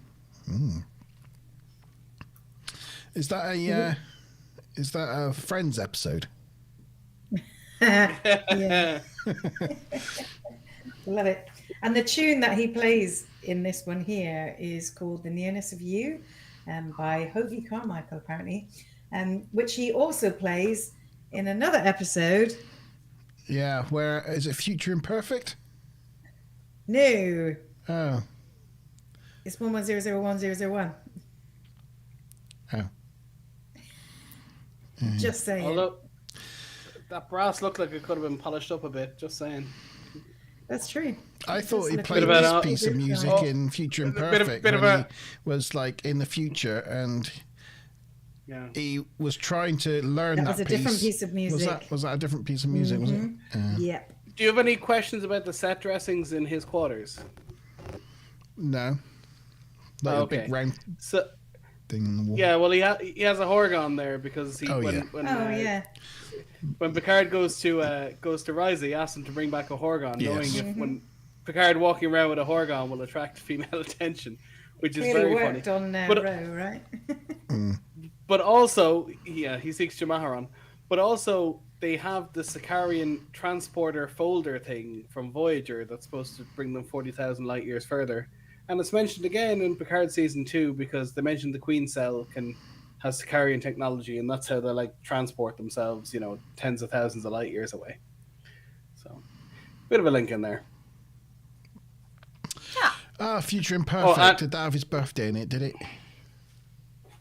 Oh, yeah. Okay, was that? the first Yeah, that one? was the one. But yeah, he does play the trombone quite a lot in Future Imperfect. Yeah, he's quite the boner. He's quite the boner. Yeah, he's our Riker. Also, sorry, Mazza, if you have this one, but yeah, they use the quarters as 3 different sets in this episode for different people, and they have to use different colors for each one. Try and make it look different. Yeah. She fluffs his hair again. She likes a good hair fluffing. And fun. yeah. Riker's about to go in for a kiss when Ro arrives in his quarters. Ro questions what all that was about because she's got a feeling she's the jealous type. Yeah. Riker's in a lot of trouble, basically. Again, this is a really weird shot. She's sitting, and he's obviously quite tall, and then she pulls him all the way down into it. Yeah, it's a really odd shot. I guess it's on purpose to throw people off and make them feel uncomfortable, but yeah. Again, as a taller man, if you're ever kissing a shorter woman and she like leans back to get you into it and you just like fall straight over, please don't do that. I've got a lot of weight up front. That's my problem. So when I lean forward, yeah, well that doesn't help. That doesn't help either. Yeah. No. But you know that girls do that thing where they kind of lean back into it, and you're just like, no, it's not good. Smush. Becomes more of a Glaswegian headbutt rather than a romantic time. The trombone song he played in Future Imperfect is called Misty. That was a different song. Ba, ba, ba. Never get the high note. Yeah. On the bridge, Geordie reports that the databank's damaged is too specific to be accidental. They think they must get the results. It must be the results of the unknown weapon. They decide to proceed with the doc's risky procedure to restore memories, and Macduff volunteers. In sickbay, Beverly gives it a go, but Macduff starts seizuring, so the doctor has to stop and decides to go back to square one. Her test has failed. Later in the ready room, Picard is ranting at his first officer because he feels like he's being played. The opposition seems weak, and he feels he's been handed a loaded gun and told to blindly shoot a stranger. And he does not like it, not one goddamn bit. Macduff's Dark forest. Yeah. Macduff's like, me too, I don't like it either. But, you know, hey, who are we to prolong this war that costs thousands of lives? That shot is annoying me. How can he be looking into a window of his quarters and then looking through to the bridge and you can see, you know, the space again? It was the view screen. Oh, yes, it could. Yes, okay. Yeah, right, fair enough. It's the view screen at the front of the bridge. Okay, that got me. Fair enough. Later, Macduff meets Worf and they tries to bond as being mutual warriors, but he expresses concern that Picard, being the great diplomat that he is, doesn't have the balls to do the right thing and end the war. He tells Worf it will be up to them when the time comes. And that's the end of Act 4. So yeah, he doesn't really like square up to being a warrior. I don't think with Worf, you know, he's like, you know, us warriors, oh, you know, like that's no.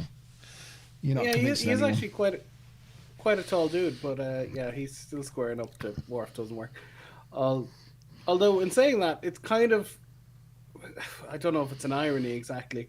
But obviously, in there's a Macduff and Macbeth, which is presumably where the name comes from. And Macbeth is very Machiavellian and going behind people to convince them to do things they're not supposed to do. And Macduff is, you know, fooled into being slaughtered, essentially. And it's kind of reversing it on its head by having the character called Macduff. I don't know if someone was playing with Shakespeare, and I think that's right. Someone correct me who knows Shakespeare better than I do. But it definitely sounds like someone knew a lot of Shakespeare and was showing off.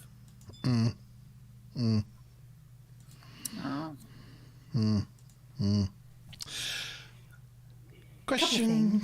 Go on. Okay. Yeah. So when we were in Riker's quarters near the beginning of Act 4, he was like looking at this plaque thing, wasn't he? He was, yeah, a little like chrome plaque. Yeah, and it was a Starfleet diploma. It's the only time we ever see one, apparently. Yeah. Oh. What else? There's a. Oh yeah, we said earlier about how Roe was able to get access to his quarters earlier, and then suddenly was not.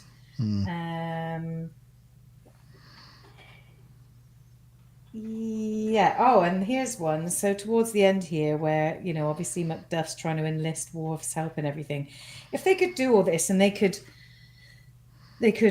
block everybody's memory, and they were able to change the records to insert him as the first officer and change everybody else's rank and stuff. Why didn't he make himself captain? Yeah, that would have been quick. Why would he put himself in the position of just not quite being able to make all the decisions? Yeah. Bizarre. Yeah. Yeah, it falls down a bit, to be fair. And this is why they're not winning the war, despite the other side having very few munitions. Yeah. Anyway, that was all. So, question 4 or 5. The answer to question 5, then Riker finds out he's from which US state? Rhode Island, D, Iowa, D, Alaska, D and D. Ohio, or Alaska. He's Alaskan. Everybody said Alaska. Well, they both get a lot of snow. 100 points for everybody. And then on the episodes, we got 001, 001, 000. We got 110101. We've got 11001001, and we've got Future Imperfect. And I don't think Stu Plum put in a guess on that one that I can see. So we've got 4 answers. Do we? Where are you seeing those answers? I only see Sean's. Have you got the top chat thing? Click? Oh.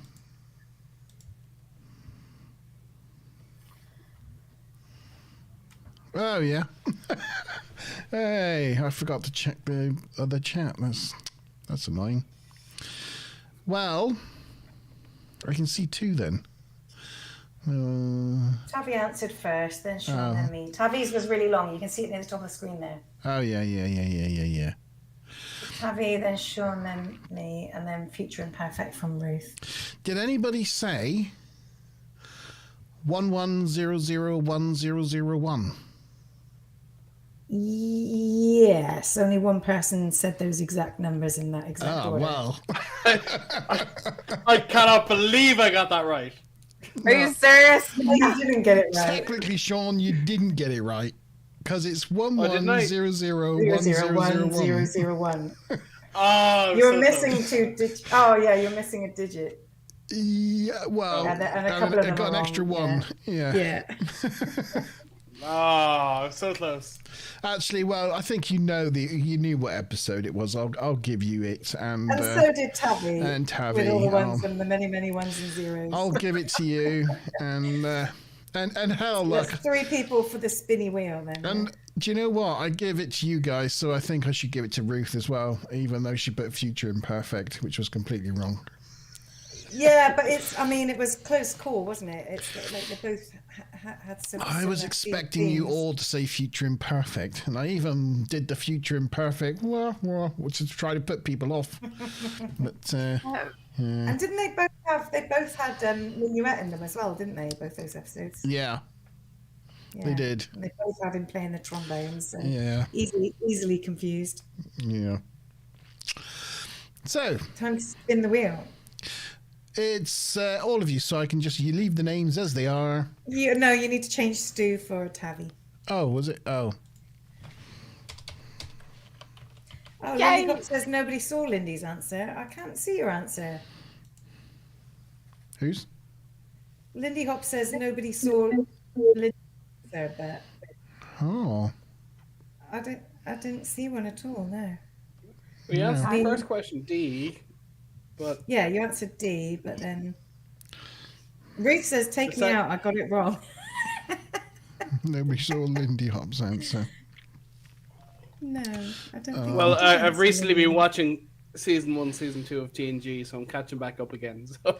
Oh look, we'll put Stu in there as well. Look, there you go. I'm just throwing all the rules out the window now, aren't I? There we go. Yeah, well, host prerogative. She's not going to like it. She's not going to like it. Very few managed She's to like, get but I points. fell for your tricks. Why are you giving me points? Ruth's like, no, take me out. I got the wrong answer. No. No, we're giving you the points But anyway, we Ruth. love you. Yeah, we're giving you the points anyway.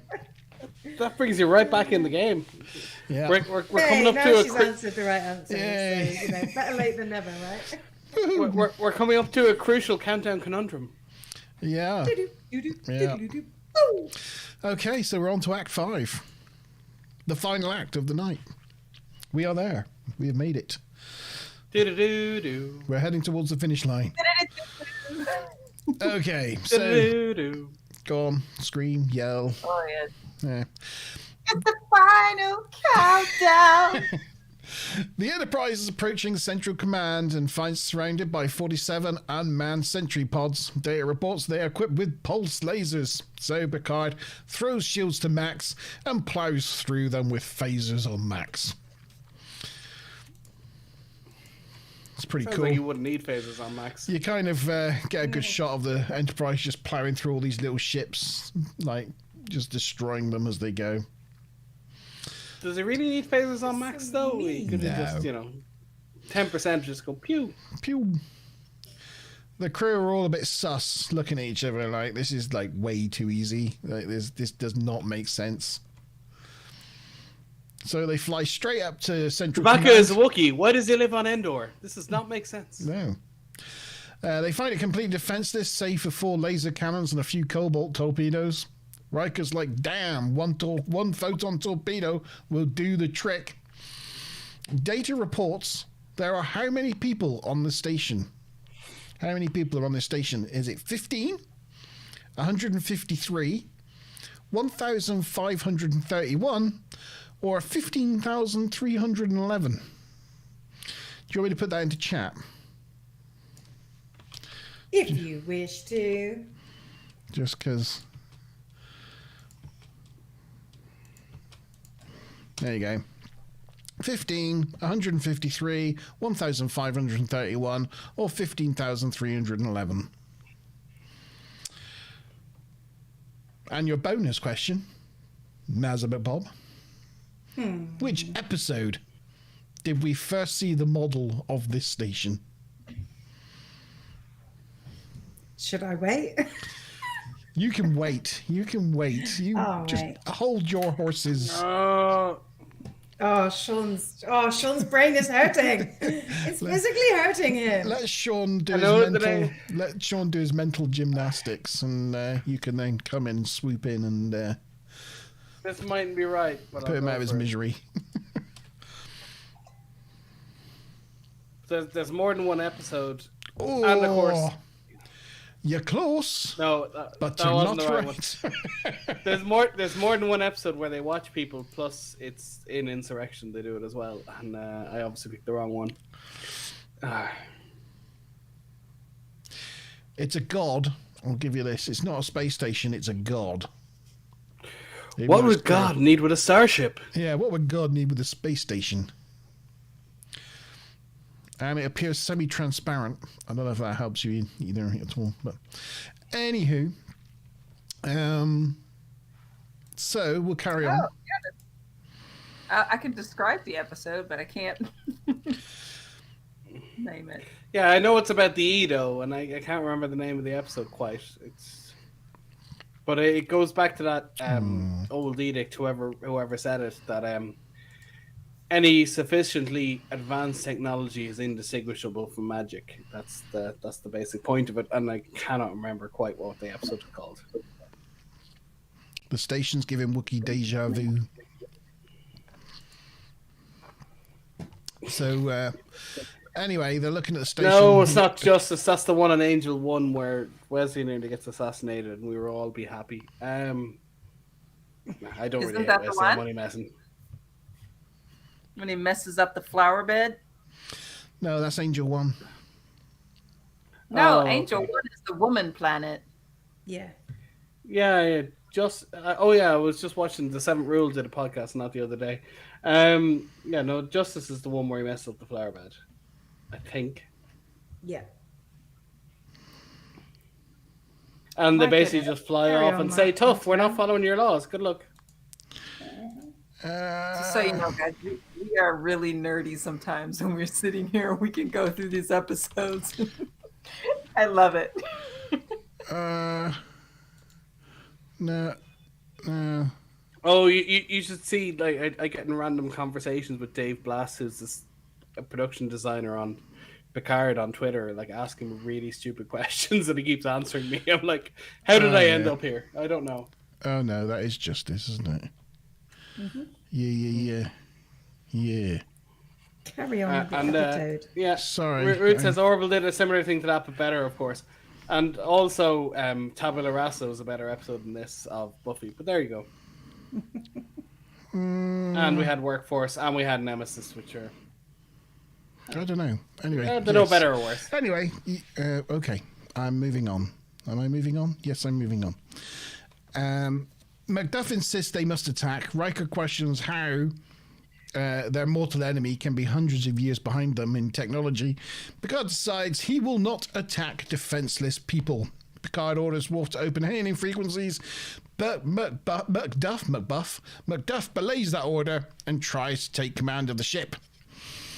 Worf tries to stop him, but in very much... Oh, bother. My pictures are going to the wrong place. There is them sat there, and here is Worf trying to stop him, and in Worf's way, he gets thrown right across the bridge with ease. Yeah. So Riker shoots... That's never happened before, nor in the next episode. No. Riker shoots Macduff with a phaser. And it's a pretty cool effect. There you go. Yeah, by 90s standards, it's pretty decent. Faithfully recreated in HD. That is the HD version. They redid. But even the original version... Parasite. Yeah, it does a bit like that, doesn't it? A bit like the old Parasite thing. That was a really graphic one. That even stunned me a little bit when I watched it. I'm like, what? Are we watching Star Trek? Yeah. Oh! Picard's using the white cup. All right. Yeah, he is. Yeah. He normally uses the black Bodum cup. Yeah. I actually ordered some of those recently, but they went to my sister's house up the north because shipping is cheaper to the UK. So I'm gonna have those. I'm gonna be drinking wine out of those in a couple of weeks. Woo-hoo. I've got some, yeah. Like I've got a cafetiere and some of those, the black ones. Yeah, I just couldn't resist. It's like, yeah. In the captain's log, we learn that Crusher has restored their memories, and it turns out Macduff was a Sataran, who our Lysians have been at war with for decades. In his ready room, Picard tells Riker he apologizes to the Lysians for the lost ship and crew. It turns out that the Satarans were at about the same tech level as the Lysians, so one photon would have ended the war in their favor. Later in 10 Forward... Ro and Troy are talking as Riker enters, and they tell him to sit down, which for Riker is rather ominous. He starts to explain, but Ro cuts him off, telling him that how Troy thinks that during this instant they were just acting on feelings that they'd always had and wanted to act upon, and they will always have this special memory to take with them. She leaves, and Riker's feeling very confused. An annoyed Troy tells him that if he's still feeling confused in the morning, you know where my office is. And she leaves as well. And is left with Riker sitting alone in 10 Forward, feeling, slightly dejected. Well, Ro obviously took the hit for that one and, called herself a temptress or whatever it is.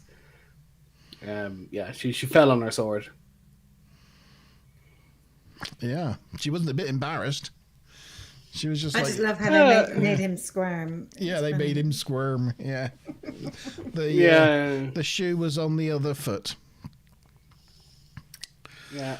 I don't know how they got that far, because, if they understood ranks, even when their memory was gone, why would him at such a high level rank be messing around with somebody so young without thinking about it? Well, not young, but so low down on the chain. Junior. Yeah, it's like... I think the first time they boinked was before they even found out what their ranks were. Was Wasn't it? I think so.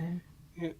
But I once saw a thing in a pub once where two British British Navy persons, one enlisted, one an officer, ended up having a bit of an argument over something. But obviously the officer couldn't hit the enlisted man, and I forget exactly how it happened. But basically, someone of the same rank went in and had the fight for them. So the two officers kind of scuffed each other up, knowing full well, because if a enlisted man hit an officer hit an enlisted man, that was a problem. When they're both the same rank, they could kind of sort it out themselves. I don't know, Tavi, your experience, you know more about it than I do, but I did see it happen once. Basically, someone else had to jump in and have to fight for him just to settle it. Oh, wow. Nah, you would never have that opportunity. It's always the higher ranking that takes the bullet. Yeah, well, as I said, I was kind of drunk myself when I saw this, but it did happen. I was like, all right, that'll do.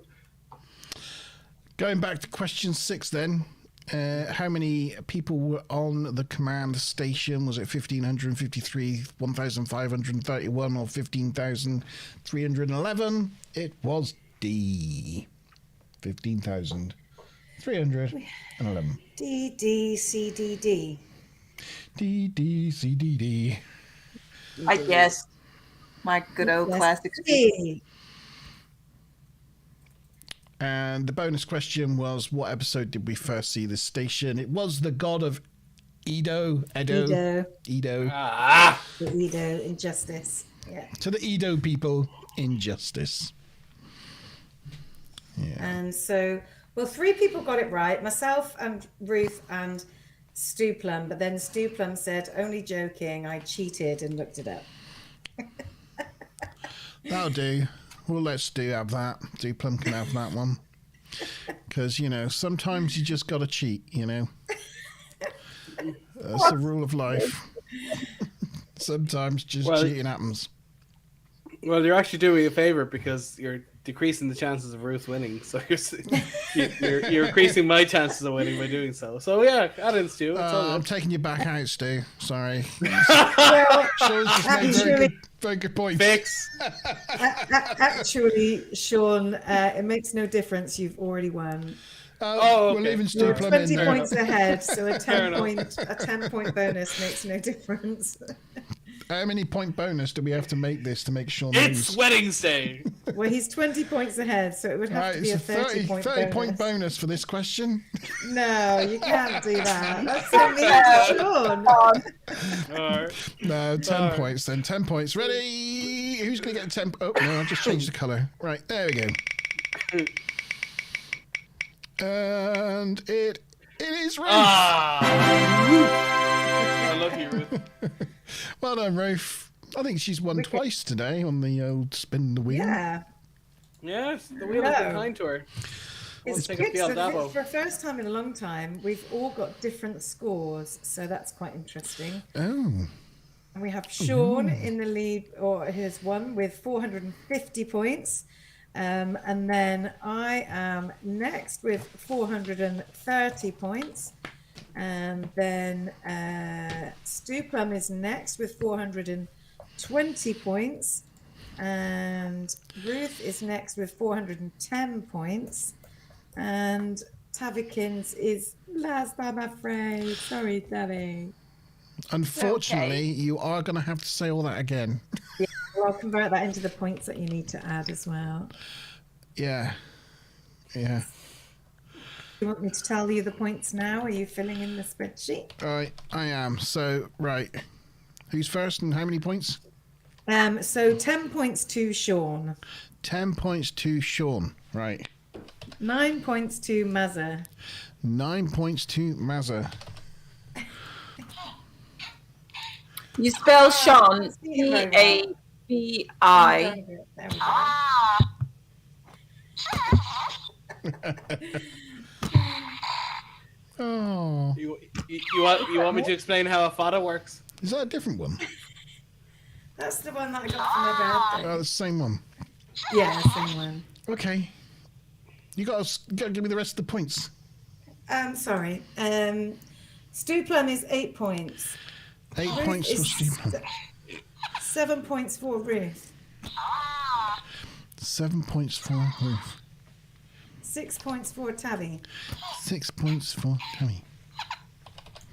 And What I is think that noise? It's the Grogu. Yoda. Grogu. You just can't see him very well. Oh, okay. Let's bring him over here. Here he is. Oh, He's There he is. He wants up my microphone. Oh, Touch it. Wants to touch it.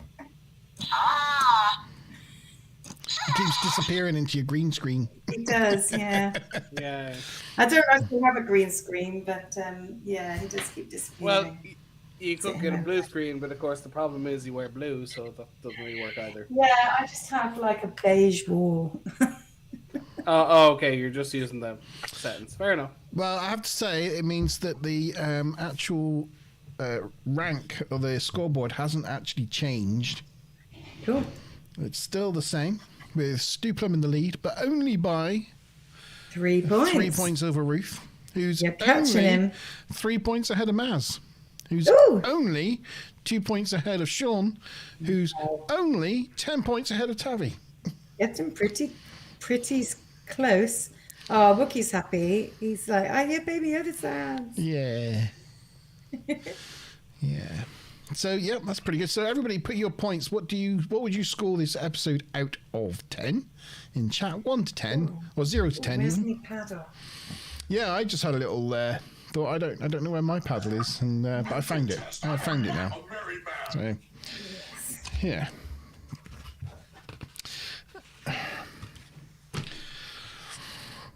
Yeah. What would you give it out of 10? I didn't mean for that to be that loud. Yeah. Don't get us copyright striked. No. I think the warbled sound of my speakers onto my microphone, I think would be okay for. Sorry.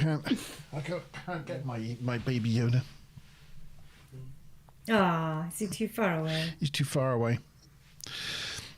I could give Want to hear my you Yoda impression? a frog instead. And Montalban can do a Kermit the Frog impression. Hey, everybody. As featured on the Orville. Yeah. On his So in desk. terms of reception, Michael Pillar said he didn't feel like it quite did justice to the original pitch. Rick Berman said it's a thought-provoking episode, but not one of the greats. Apparently, Michelle Forbes loved it. She thought it was really good fun, an interesting problem for characters where you've got a really defined character and then you suddenly have amnesia and you can do things like really outside of the box. And it won an Emmy for Outstanding Individual Achievement in Visual Effects. Oh. But it's Sharing tied it in the a Emmy. tie with another TNG episode, Matter of Time. That's the one with Rasmussen, the fake Robin Williams. Oh, yeah. Although it's weird, the amount of years that Star Trek didn't win an Emmy for Best Visual Effects. It won like 2 or 3 times out of 10 years on average. They really just hated Star Trek. They never wanted to give it awards, just as it happens. Shame on them. Shame on them. Yeah. Right then, should we get the scores out then? scores. 3, 2, 1. Boing. 8767. All right, so 8, Montalban, 8. 7, 7 for me. 6, 7 for Tavi, was 7, it? And a 6 for Sean. oh yeah, sorry, you're the wrong way around. And then in chat we had an 8, an 8, and a 7.5, so that averages out at an 8. What's Sean doing there? Shouldn't Sean be on the bottom? Yeah. Right. I don't know. I don't know. In audience, average is 8. And the audience 8, is it? Mm-hmm. Yeah, the audience got it right. Yeah, Wookie says, I would have liked to have seen some cooked sausages in this episode. Tavi says, Sharitha would have been good. Oh, yeah, I do like a bratwurst. Oh, I like And a curry gooey, currywurst. not bad. Yeah, nice currywurst. Yeah. I lived in Germany. I appreciate. Although Germans have no tolerance for spice whatsoever. It's the most ridiculous thing. Like our version of mild is their version of extra hot. It's just trying to get hot food over there. You fancy like a vindaloo or something. It's not going to happen. They just don't do it. What's those things you get in America? They're on a stick. Corn dog. Corn dog. I quite like corn dogs. Oh yeah, those. Whew, the best. They had them in Very Lidl the nice. other day, but they were expensive. So they were like €6 for like 4 of them. I was like, yeah, they're not worth that. Do you know I've recently started Yes, doing they like are. a chorizo they are. and honey, like chorizo au miel, chopped chorizos with honey and a little bit of red wine. Yeah. Oh my god, it's so great. good. It's just so good. That is great. I've got 2 chorizo rings in my fridge. You know, I'm going to cook that at some point. I've next had that week. around your house. It's fantastic. You have. It's nummy num. You're talking A about. couple of some chili, some pork mince, some beef mince. Yeah. You get a stew going. It's good. So where does that put it No, in the season so far then? Oh, it's really high. The highest for some time. The highest for some time. We're on a downward joint curve. And I think second. we've gone back up again. Oh, Joint third, we're I gonna think hit. it is. It's joint third. Yes, joint third. With Ensign Rowe, funnily enough. Ironically very enough. Yeah. Yeah, we're gonna hit a stride of fairly good episodes. I mean, this is as I said, upward curve. Yeah, we have. Yeah, well, I don't want to lose the whole thing, but next week we've got Power Play, and we've got an Evil Data. Ooh, evil Fairly data. snarky and snap your neck if he feels like it. It's nasty gonna be data. different. Hardcore so data. sexy. Yeah. Wookiees. Nothing going like a machine that might turn into a kill bot in 0 seconds. Whew. And yeah, and we have ethics where works become paralyzed, and we've Riker, the Outcast, where Riker falls in love with an androgynous alien. Some very, very good episodes coming up. Cause and Effect, that's definitely a top 10 episode for me. Classic. I'm not sure it's and going to straight play out after- on stream, like as a stream thing. It's going to be interesting how that one works. But, And the next one is The First Duty, which also, well, definitely my favorite speech of all of TNG, but probably a top 10 episode as well. yeah, some good episodes coming up. Featuring Robert Duncan McNeil in a role of playing not Tom Paris. Yeah. I know we just said like there weren't any lewd jokes, but I mean, Wookie's comments do sound pretty rude, right? He's got a chipolata that needs warming up. He's going to get down to business after the show. Well, Hey, business. you don't want to eat your chipolata raw, do you? You're gonna. No. I stopped Nobody- myself from Yum. dating jokes. I'm sure it was meant purely innocently.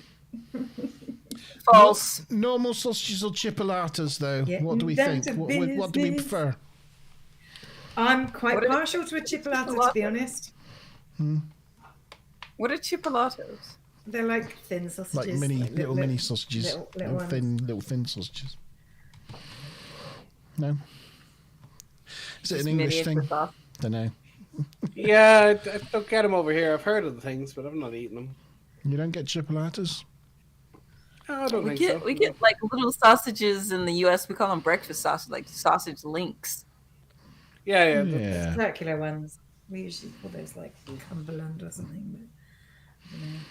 There. Anyway, many types Anyway. of sausage. I like some size to my dong. Yeah, I was That's going to what we're say, I doing like now. chipolatas. When it comes to edible sausages, You like size a good does not you like a matter. good curl, don't you, Mouse? You like a good curl. You don't like just But a just bratwurst? straight. Wrong. With some chips and some onions and a bit of currywurst. Yes, Ah, Stu's good. heard enough and is Stu's off. heard enough. Smash rams, Stu Clem. Yeah. Oh, okay. Yeah. Sorry. So your job this week is to make sure you catch up with Picard, so we can talk about that at the beginning of next week. Because, yeah, There's so much in last week's episode, and I want to talk about, but I'm not going to mention. There was some ship porn. I don't want to talk about it. Shush, Sean. Where's my Why shit? not? It was good. Talk about it. Yeah, don't want to talk about it. Are you holding out for Master? Please don't hold out for me. No, I'm holding out for Maz. Yeah, I'll watch it. We talk about Okay. Yeah. You've got 7 days to watch 8 episodes. Just get it done. Yeah. I've watched like the first however many. I think I'm only missing the last 2 or 3. So, and also Stuplan hasn't seen the last 2 episodes. So. Last Well, two. tomorrow is episode 7, and every single week. Well, I'm exaggerating to say it keeps getting better, but it keeps surprising me. I keep shouting at the television and screaming and clapping, and going, no, they didn't they can't have done, no! And then, no, they actually did. And you're going, they there. Yeah, it is over and over, every single episode, every single time. It's like, they can't top it, they can't surprise me again, they've done all the tricks. And then it's just like, Rookie says, "Me too, Sean." More. I do think it's not perfect. It's not perfect. It is great. I am loving it, but it's not perfect. There is like some little I'm not sure about the antagonist, the Amanda Plummer's character. She's a little bit Buddy, yeah. She's a little bit a bit too campy, isn't it? Yeah, it's a little bit too much. Like, I'm going to destroy the galaxy type person, you know. It's just like, oh, dearie me. It's a bit forced. But after the first 2 series of it taking itself too seriously, that's kind of a bit of like relief in it. Yeah, it kind of is. It kind of is. Also, there's a character in it who's 35 in real life, and he's playing a 20-year-old, and just like, yeah, listen, you're a good actor, but no. let's not fool ourselves. You're still 35. You're in good shape for your age, but you're 35. Yeah. He's pretty good. I do quite like him though. No, he's a cracking actor, but it's hard to suspension of disbelief. It's like, no, you're old. Yeah. And Worf's just great. Worf is his and they say Klingons don't have a sense of humor. There's some great Worf and Riker moments in the last episode. It's just great. I'm looking forward to that because the one I've seen only had a little bit of Worf in it so far. So no. I was just gonna say, he's very British in his dry humor. You know, it's very Monty Python. It's very Hugh and Laurie, or sorry, was it Fry and Laurie and Fry, whatever the show did. It just has that dry British humor down pat, and it's not the American. So fine. it's not the American. Look at me, it's funny. I'm a clown humor. It's the dry British humor, and it's just it's so good. Good. I don't like how you're depicting American humor there. It has its place. She's American. It has its place, but all of us look like clowns when we're doing comedy. There's a spectrum. But do you know how a joke? Or sorry, do you know how a monster is more scary when you don't see it? You know what I mean? When it's in the shadows and you don't really see, and your mind fills in the gap. In the same way, you know, we have dry humor in the United States as well, right? Yeah, not as much. Go on, give us an example. What, of a series or something? Yeah, just a dry humor series. But a good British comedian will do a thing. I know. Sorry. Well, a good kind of British humor would be where they kind of say a joke, but they don't say it properly, and then it kind of forms in your mind, and then the audience kind of starts laughing a little bit, and then it gets louder. It's not like punchline. It goes ha ha ha. It's like like it actually catches through the audience as time goes on, and that's kind of the humor Worf is hitting.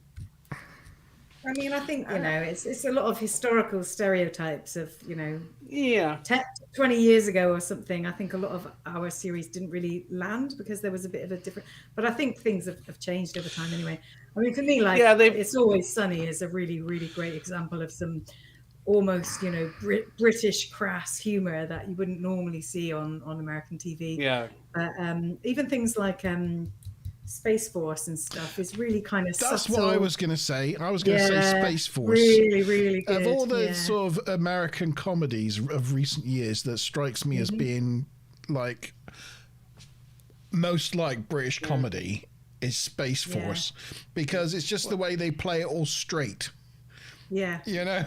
There's ridiculous things that happen around them, and you know they're still playing it straight and trying to. Well, I mean, Airplane, the film from 1980, all this ridiculous stuff is happening, or the Police Academy, or not Police Academy, sorry, the Police Academy, the Naked Gun movies are all, you know, they play it straight, and then wacky things happen, and it's all great. But sometimes they need to show you and tell you, and it's a bit too much. But they can do it. They don't do it all the time. Tavi's still got to watch Red Dwarf, so you know. Tavi, you will love Crichton. I mean, I don't think you'd be sexually attracted to him, but unless you're attracted to Dyson Hoovers, I don't know. Is there any way that you can access Red Dwarf, or have you tried? If you can't, I'll see if I've got it somewhere in one of my files, and I'll stick some on a USB stick, and I'll post it to you. Usually I might be able to get to it on certain streaming. Yeah, just let us know if you can or can't, and we can facilitate if not. Well, I think Monty has some friends out in Penzance, not far from him, you know. Yeah, I think they're actually on something like Prime or one of those things. Most of them, I think, but Netflix, Prime. If you like Star Trek, you'll appreciate it. It's good. I mean, it's cheesy and really, really old and terrible, but it just makes me giggle. I think you'll like it. I'm gonna have to check it out. It's worth it. It's worth it. Well, there's one scene where they have like a 2-minute conversation, and the guy who thinks he's in charge, but he's really an NCO, and he's just the most senior ranked alive. About going to Red Alert. I really, really want to go to Red Alert. He goes, "Are you sure, sir? It does involve changing the bulb." And it's honestly hilarious. Just don't listen to Sean. Yeah. If it was delivered by a professional actor, it'd be funnier. But it's great. Yeah. Did G some Bigfoot wedding pics? You should have said it to him. Yeah, you know that. We didn't see any aliens or Bigfoots or anything at the wedding, unfortunately. But it was a beautiful manor house in Somerset. It was a way in the West Country, 1700s manor house. It was beautiful. It's very nice. The problem, though, with being told, you know, you shouldn't have your phones and you shouldn't take pictures and you shouldn't put things on social media, is that I've ended up not having any selfies. I haven't got any pictures of me and Chris. I haven't got any pictures of my makeup. No, I got nothing either. It's a real shame. Never mind. No. Yeah, that happened to me at a wedding once. Yeah, the bride asked me to take that photo down. We're like, what? Yeah, we were told nothing to be posted on social media and stuff. Why? People need to get it. Because they want to control the narrative, and they want to make sure that the photos go out there are ones that they approve of. Yeah, they got to have the video, and So. Although, I will tell you a quick story. At one wedding I had, they had this app, and there was like a treasure hunt, not a treasure hunt. What's that thing you do when you have a list that you have to fill out? Like orienteering, scavenger hunt. Thank you. And anyway, they gave you a list of like different things. Someone wearing a tie on their head, and someone toasting a speech or whatever. But one of them anyway was someone making a toast. So I said to my buddy Flanders, I said, "Here, listen, ask your one there. Ask one of the waitresses. Can you go inside?" Yeah, exactly. And there's a photo of him with the toaster, and it's one of those rolling toasters, so they have to take it with his head right down, and it's like that, like with the toast going into the toaster over his head. And the bride told me afterwards, said it was her favorite photo of the entire wedding. It was like someone making a toast. Because Mark had the balls to go into the fucking staff kitchen, you know, make a toast. Very good. Very good. Right, it's 10:15. And all right, that'll do us. I think that'll do us. So join us. What did you say next week's episode was? What was it? It was power play.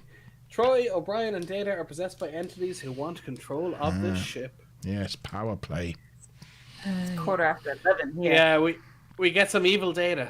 Yeah. Evil Data. I'm looking forward to it. I'm already gonna get the body butter ready. Yeah. Bye, Wookie. Lovely seeing you. Yep. So we will see you all. Oh gosh, all again next week, 8 o'clock next Wednesday, for another episode of Star Trek: The Next Generation. Cheers. Thanks, everybody. Good night.